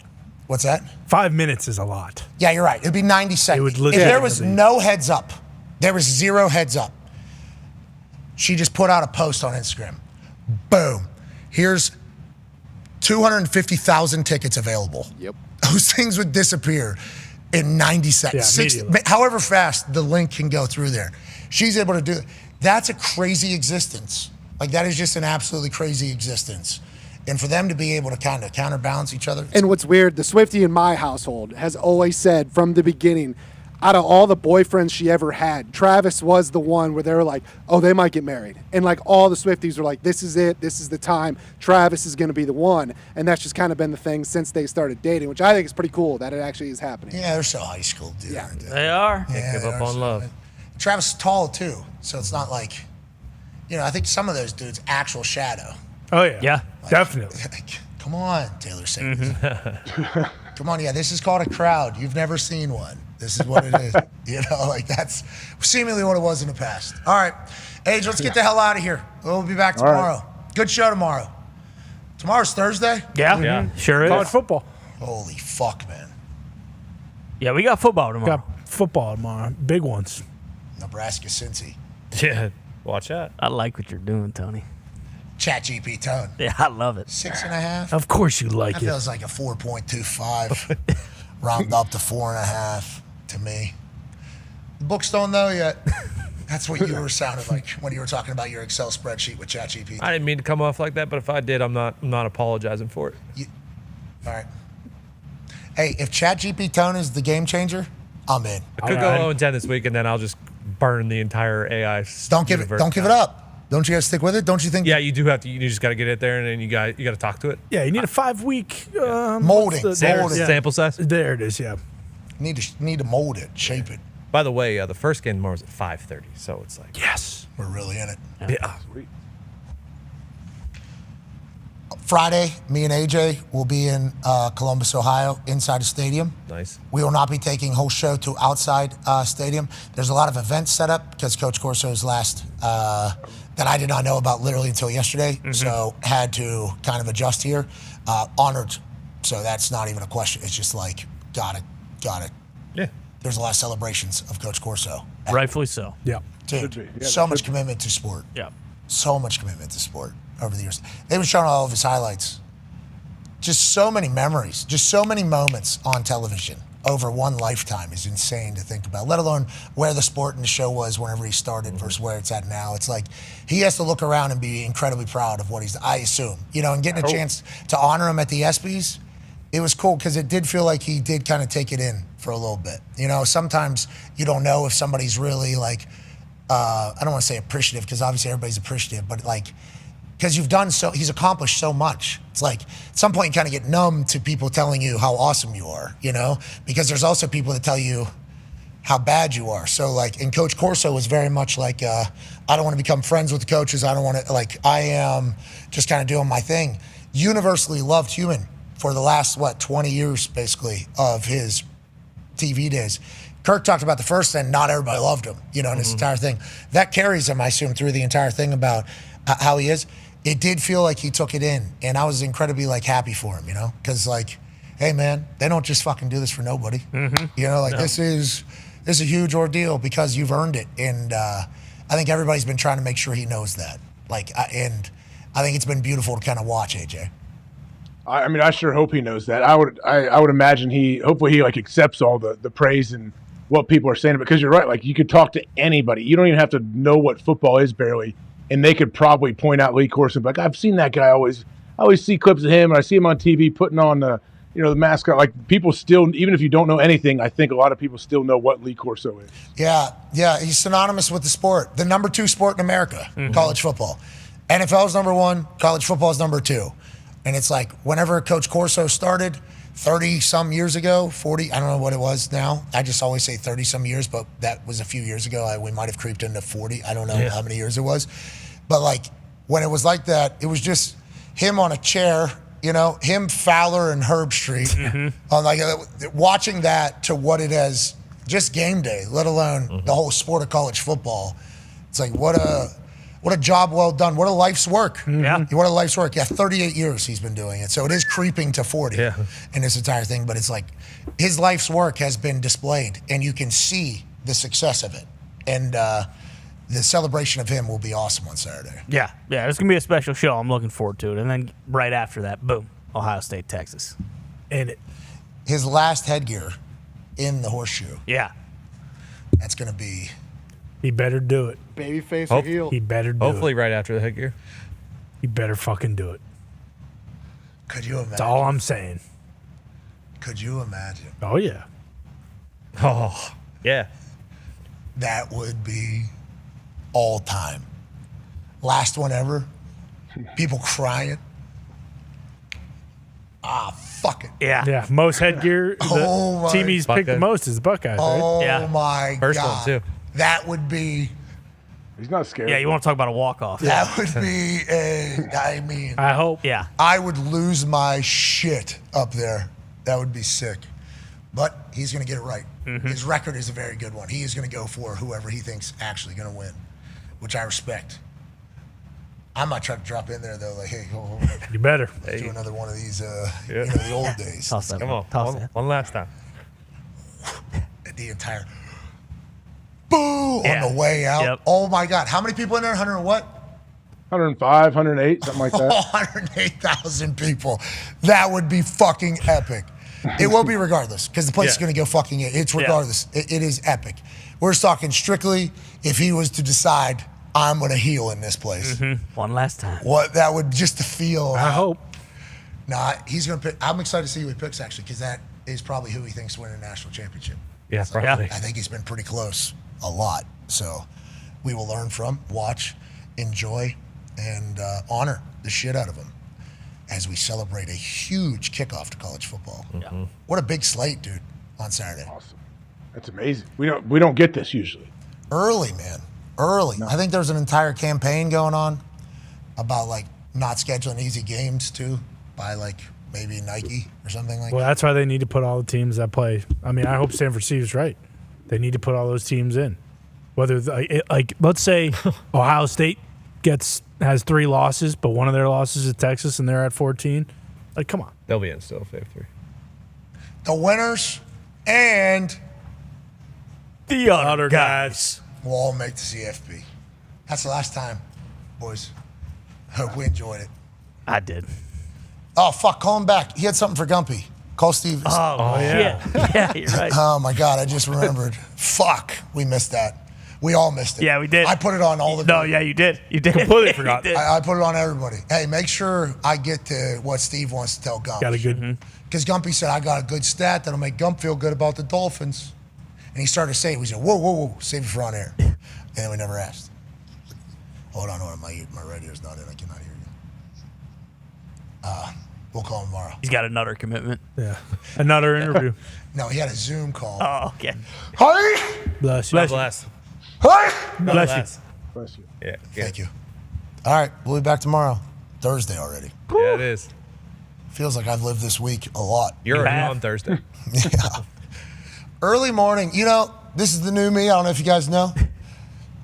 If you're like me, we can text about 4:45. Sure. Feels like that's the thing we do. Hell yeah. So we'll see you out there. Yeah, I'll be up. I'll be up. I don't know if you know it's already 5:04 a.m. right now in Brisbane. That's right. So 2 a.m. is noon. That's how I know. Because 12 plus 2. you guys get pretty active. You guys got pretty active from about midnight to 2 there. In that group text. Sure. Got pretty active. Yep. You know, and I'm trying. Trying to go to sleep. I'm trying, and there's just, and I turn it off, but somehow, because I think it's a pinned group text, it still vibrates every once in a while, and I look at it, 48 text messages. All right, I'm fucking not looking at that. Yeah. And then I go take a piss at about 2:30. I open it, show's live. All right, I got to see what's going on here. Okay, fucking rap sheet looks awesome. And is that his kid on set? That's Sure is. Not the same kid, though. No. So I'm at 2:30. I'm literally half asleep. I think that's a different kid. Is that another kid? Different poopy haircut? I can't. No, they got good haircuts. But then I had to text him, hey, say what's up to other kid, you know, because would like to at least be hospitable, even though I'm in the other country. But I don't want to say shout out to the other kid if it's the same kid, because then the other guy thinks, that's more disrespectful. I shouldn't text anything. Exactly. 2:45, this is all happening in my head. And then fucking, you guys are in the goddamn group text. And then I get text, are you okay? Haven't seen you on the show. Fuck everybody. I'm going to bed. Tough to get back to sleep after that. It is, yeah. It is. I'll tell you what, though. Australia, I would definitely recommend. Yeah, I'm going to go. I would definitely recommend. So far. You just got to account for, they say 3 days of travel. Like, we also asked NFL person, how's football game going to work there? NFL game. It is so far. And they used to play a preseason game in Japan, I think. So they have had to experience far trips. Australia is so far. It is so far. They're watching Super Bowl Monday morning, 9 a.m. or whatever. So it's like, that's how different it is. Every person I talk to is like, when you travel to Australia, you just add 3 days is what the travel is going to be. 1.5 and 1.5. Like, that's basically what you're bookending on the backside. And then you got everything else in between. It's like in a football season. How do you just lose? I don't know how you just lose. It's got 3 days. I honestly don't. How is that not a massive disadvantage? You got to do it this week, next year. If they're going to do it, they should do it next week on Thursday. And then they get first week off as well, so they get like 2 weeks to bounce back. Then week one, those two teams have week one bonus off. bye. Their week 0. They would be the week 0 game. So they would get a bonus bye. Yes. Which would actually be but they're working a week ahead of everybody else. Yeah, exactly. So like I don't know if you move their cuts up when it comes to cut down, or even if you could do that. I don't know how you fix it. Because you can't. You genuinely can't do it. It's so far. It is so, and there's no Wi-Fi over the Pacific. A lot of Australians would show up, though, right? Yes, I think so. Yeah. I think so. It feels like it. I was not recognized over there much. But then when I was in places where there was pockets of people, like, if that makes sense, like walked into a sports place and it's like 3 people in there knew who I was. So that means 50 people knew who I was because they told, the whole conversation. Right. But walking about, all good. Free as a bird. It was awesome. Sweet. Holy fuck, it was awesome. I had a blast. I was just sitting on a bench downtown, just fucking judging everybody walking by. Nobody looking at me. I was like, I think I miss people watching in public. And yeah, I do. Just fucking had a long black, which is what they call their black coffee over there. I got a long black, 2 of your fake sugars, because you guys don't have Splenda here. Tells me something about what I'm putting in my coffee every day. Mm-hmm. Yeah. Crazy. You guys don't have that. It tastes so good, but I guess I'll do this stuff. And then sunglasses on. What the fuck is that guy? They walk by. Next person. Wow. Nose piercing to the top lip, to ear, back to bottom lip. Oh, yeah. Unbelievable. Good luck. Unbelievable arrangement. How long does that take to every fucking morning? Walk by. Good to see them. Sporty fella comes walking by. Good to see that. Holding a footy ball. Stop him. Ask him. If I was to punch that ball out, what would happen? Probably fight you, bloke. I go, well, ball security, that kind of a thing. He goes, I wouldn't do that. Don't touch my fucking ball. All right, hey, you got it. It's a good ball, good ball. I'll see you later. Like, just able to have those very fucking natural, random, candid interactions with, it was really cool. Like, I fucking loved it. And everybody was cool. Like, everybody that I talked to was cool. And I don't want to say I get special treatment at places, but I do nowadays. Like, I can't fucking tell you what some restaurant's like, because that restaurant is fucking pulling out all the stuff. They're putting me, and it's a very cool thing. There's a lot of drawbacks, obviously, to this entire life that I am very lucky and thankful. This is not me complaining. There's a lot of pluses that come with this entire thing, but I can't tell you how a fucking place is, because they're going to be nicer to me if somebody knows me there than they would be to fucking my dad, if my dad was to go there, So it's just like a little different world. I've experienced a different reality all of a sudden. We all have, I think. I don't want to speak for everybody else. Over there, like, it was cool to just fucking be. Like, it was very cool just to be everywhere, And everybody was cool. Everybody had a personality. Like, I think I was in England. I thought everybody had a personality. Like, you could just, like, talk shit and they're going to come back and they have that accent, so it's immediately a little bit of sauce on it. It was like Australia felt like the same way. Did I tell the story about the fucking gigantic dude? Not on here. This guy, 50-some years old, face looks like, 6'5", 6'6", walks into the hotel I'm staying at, tank top, fucking monster. This guy just traps, fucking didn't look like he was on roids either. It was like a active. He just looked like a massive lad, for lack of better words. As he's walking out, I stop him. Excuse me. Excuse me, sir. What do you do? How is this? And he gets startled for a second. And I'm like, you're a fucking monster. What are we doing here? Oh, circuit training a lot, goes through this entire thing about what he's doing and how he does it. It was so incredibly kind. What an uncomfortable question to hear from somebody. But I was so impressed. I think he was taken back that I even asked. Then he gave me the game. He was like, circle high intensity training, and then he had a military tat, and I was with First Sergeant Gartland, the guy that went to our high school, who served 22 years in the Marines, was 8 years as a drill instructor at Parris Island and in San Diego, and he's literally a guy I've known since high school, got to be in the movie with me because Peter let him in. He showed me around Parris Island, gave me a lot of game in this entire thing, very, very thankful for him. Hilarious fucking human being. I mean, let's not undercut just being around him is outrageous. It has been since high school as well. This dude is hilarious, but certified in this entire thing.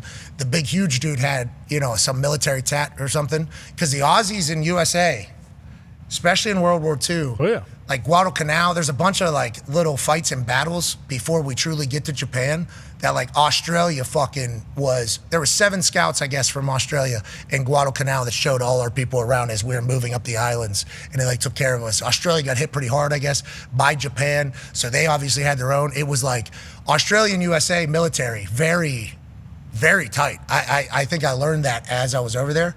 So listening to First Sergeant Gartland and this fucking massive dude have this military conversation was just so cool. It was just a welcoming country, if that makes sense.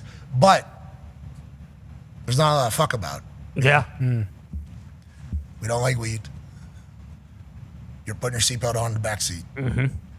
There's one homeless person we saw. Saw a lot of people reply to you yesterday. You know that you're supposed to put your seatbelt on in the backseat in America too, Pat. Yeah, but it's not. Your car's not yelling at me. Yeah, it does. Getting an Uber as soon as you I just saw a lot of those replies. Yeah, I did see that as well. Yeah, I was like, valid. What I'm saying is, American cars aren't fucking chirpy about it. No, they're not. Only in the front seat. The Australian car, we get in an Uber as soon as we sit down. That thing's like, you, now. Oi, put your fucking seatbelt on. That's literally now, and then the driver, I'm not moving until this thing. So it's you sit down and immediately, I'm trying to, where is the fucking, there's the middle one here too. If I put this into the middle one, will it stop? No, you gotta put it in your, fuck. It's down in the, when it's down. Oh yeah, stuck between. I had to fucking get in there, dig the fucking thing out, and the thing shuts up. And now I'm stuck, underneath this fucking thing. Is that good, bloke? Yep. Yeah, thank you. Yeah. Thank you, there. Where you headed? And we just roll. Oh my God, Lee, these things are demanding. They're taking care of their people and keeping them safe and making them feel good from their food. It's crazy. Dude, it's unbelievable. It's crazy that a country would do that for their people. Their food. I don't. It's going to be hard for me not every single time it comes up just to talk about it. Foxy was like this whenever he went to Italy. Yeah. Yeah, Italy and South Africa, I couldn't believe it. You just feel like $1 million no matter what you eat. Whole bowl of pasta, you can eat that and run 2 miles after. Pizza, I ate a whole pizza. Yeah, it's insane. Don't do this. This is how you hang from doorknobs, okay? You just kind of let it be. Okay. And then I don't want to get into a political debate. And I was told that whenever, I forget who I was talking to. They're like, what are you going to say about Australia when you go back? I'm like, the food is just so much better. This is unbelievable. They're like, that's going to get you in some, I'm like, in what? It's going to get you hanging from a doormat. No, I guess that's a thing though. What is allowed and what is not allowed in food, whatever. I'm not a scientist. All I'm telling you is by my research, I went to Australia. The food's quality is so fucking good. It's real. So good. And then, I don't want to talk about it, but your functions, just so much They work the way they're supposed to. It's just so much better. Energy levels. Everything's good. I lost weight. I was eating more. I don't. Crazy. Taking steak and normal stuff? shit. You eat meat over there? Oh yeah, they have Canadian bacon instead of our bacon. I assume our bacon's not actually. I don't know. Everything that was different than what American is, I just assume. Oh, like whenever you watch a commercial for a bank and it says, we're not like other banks, we don't something, and I'm learning about my bank through that commercial. I'm like, does my fucking bank do that? I don't like that at all. And then you call bank and they say, well, we do that because it was happening with the food.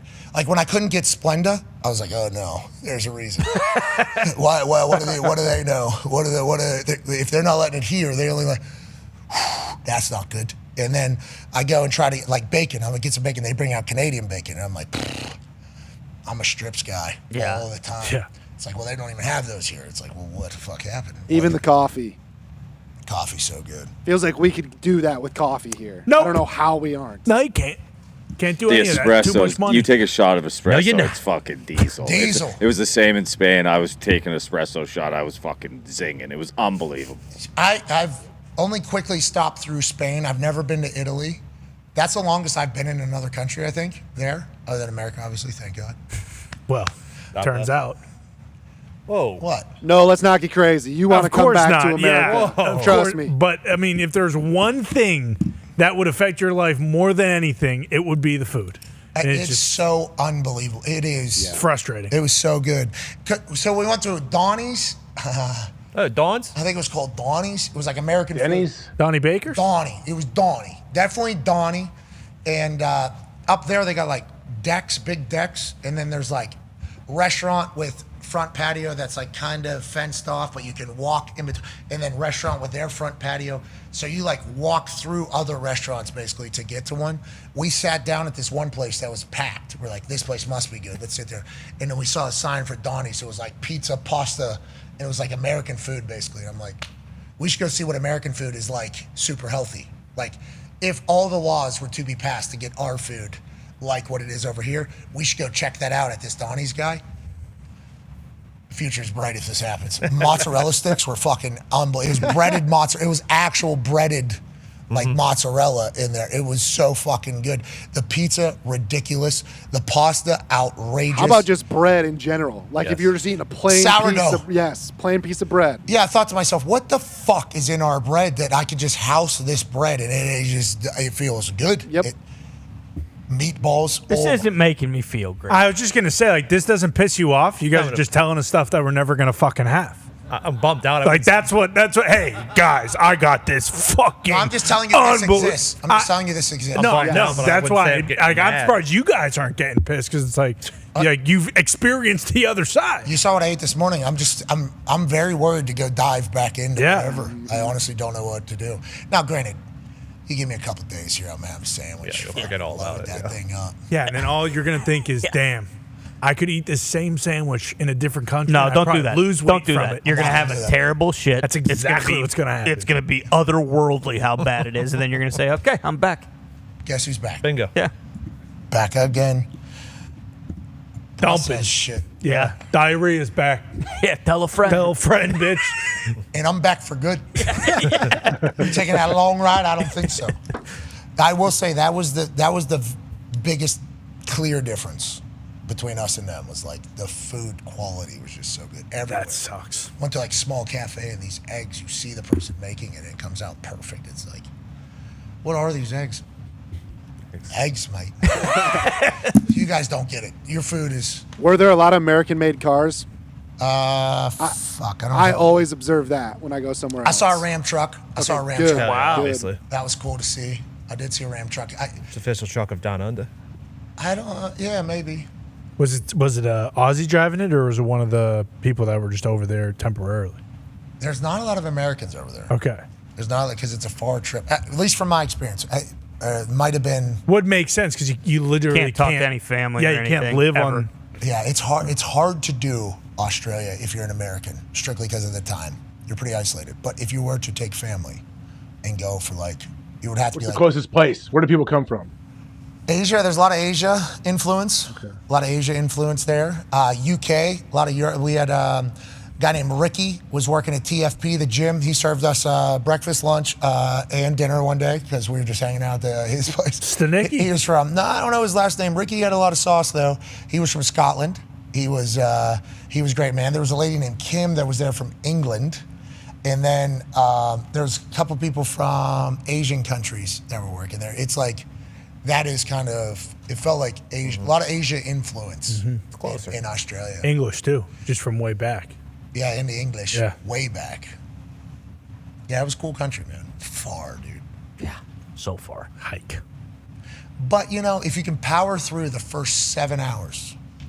So if you get a flight that lands in the morning, okay, lands at like 6 a.m. For instance, our flight landed in Melbourne at 6 a.m.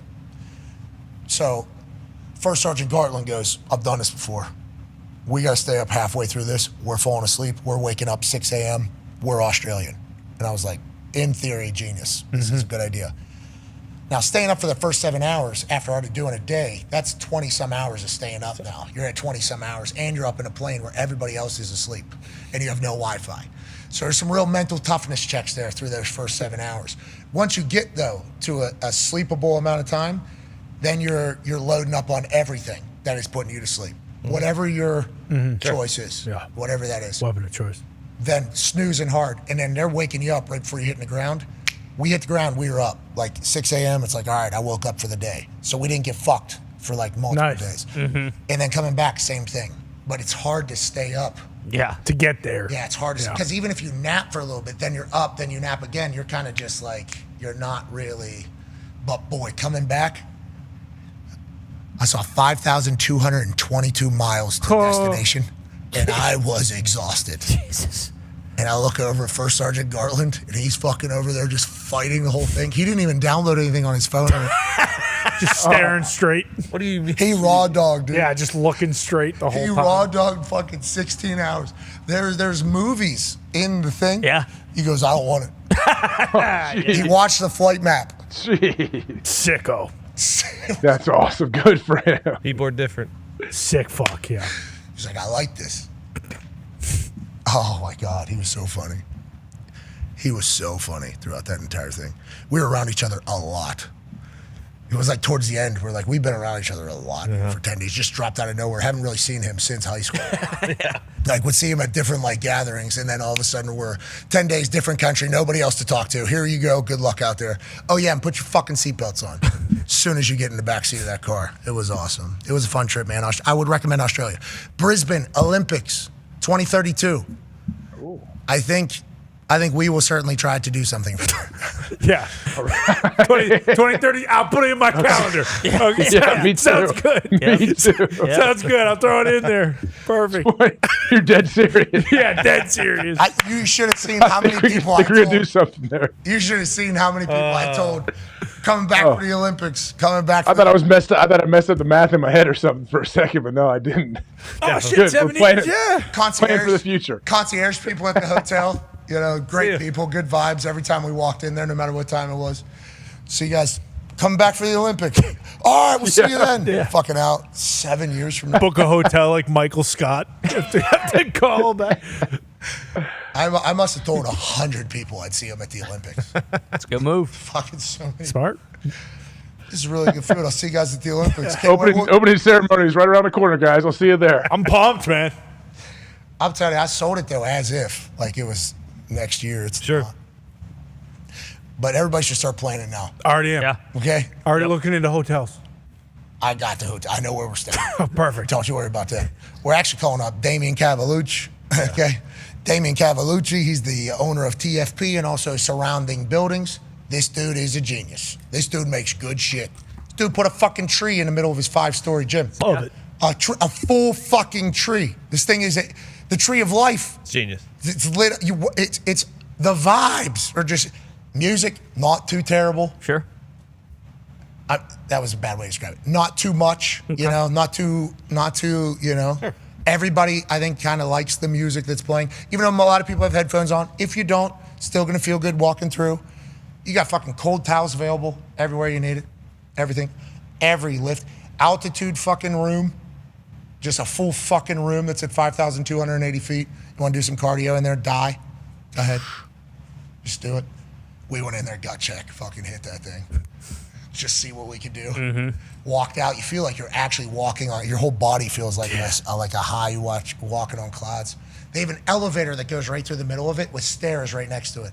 The elevator, completely glass, okay? We're in that altitude room, 3rd floor.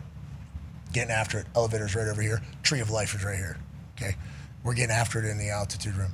We see 2 other people on this movie. We will not say their names, okay? Because this is not good. Taking the elevator down the fucking building. We're in a gym.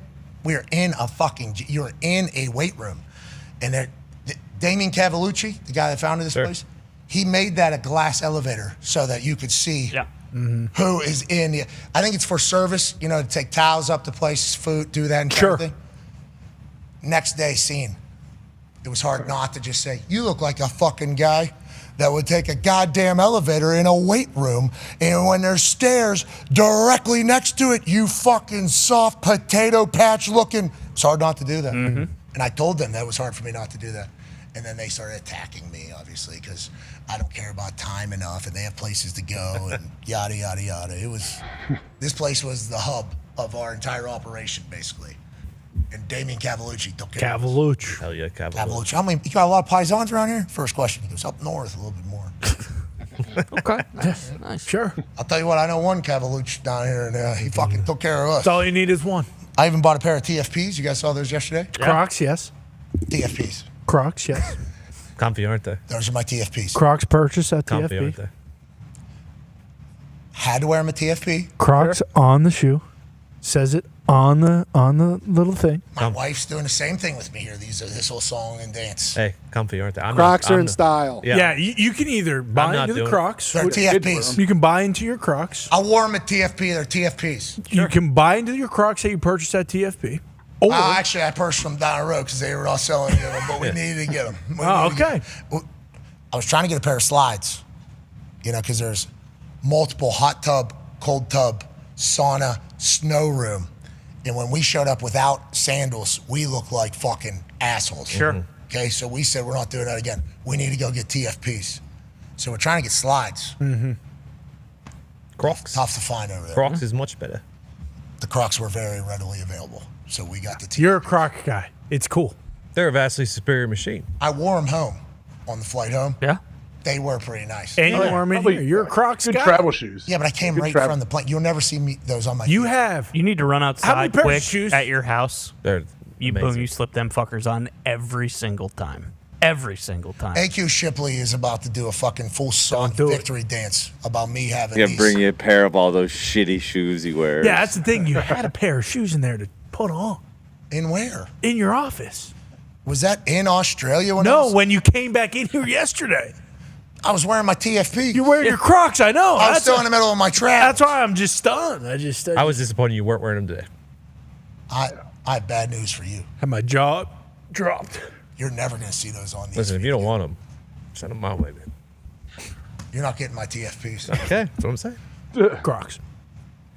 They do say Crocs, which makes no sense to me because those are TFPs. They got CROCS right there across the top. And on the bottom. And on the back. I haven't looked at. Yeah, I did. At least you didn't have them in sport Really mode. good, Brandon. Well, can't wear them in sport mode because that would defeat the purpose of them being the TFPs. Yeah, plus then you'd be a... These are strict. We're trying easy in. Leisure. easy out. If you wear them in sport mode too, then you're a fucking loser. So Saw a guy working out in TFPs at TFP. I bet. Sport mode? Sport mode. Yep. He was locked in completely. It's tough to take him serious, but I understood that he was probably coming from the 5th floor where the pool was. Probably took the elevator, yeah. 2 different locker rooms. Had a locker in both, by the way. Nice. Just so we understand what all was happening. Full menu.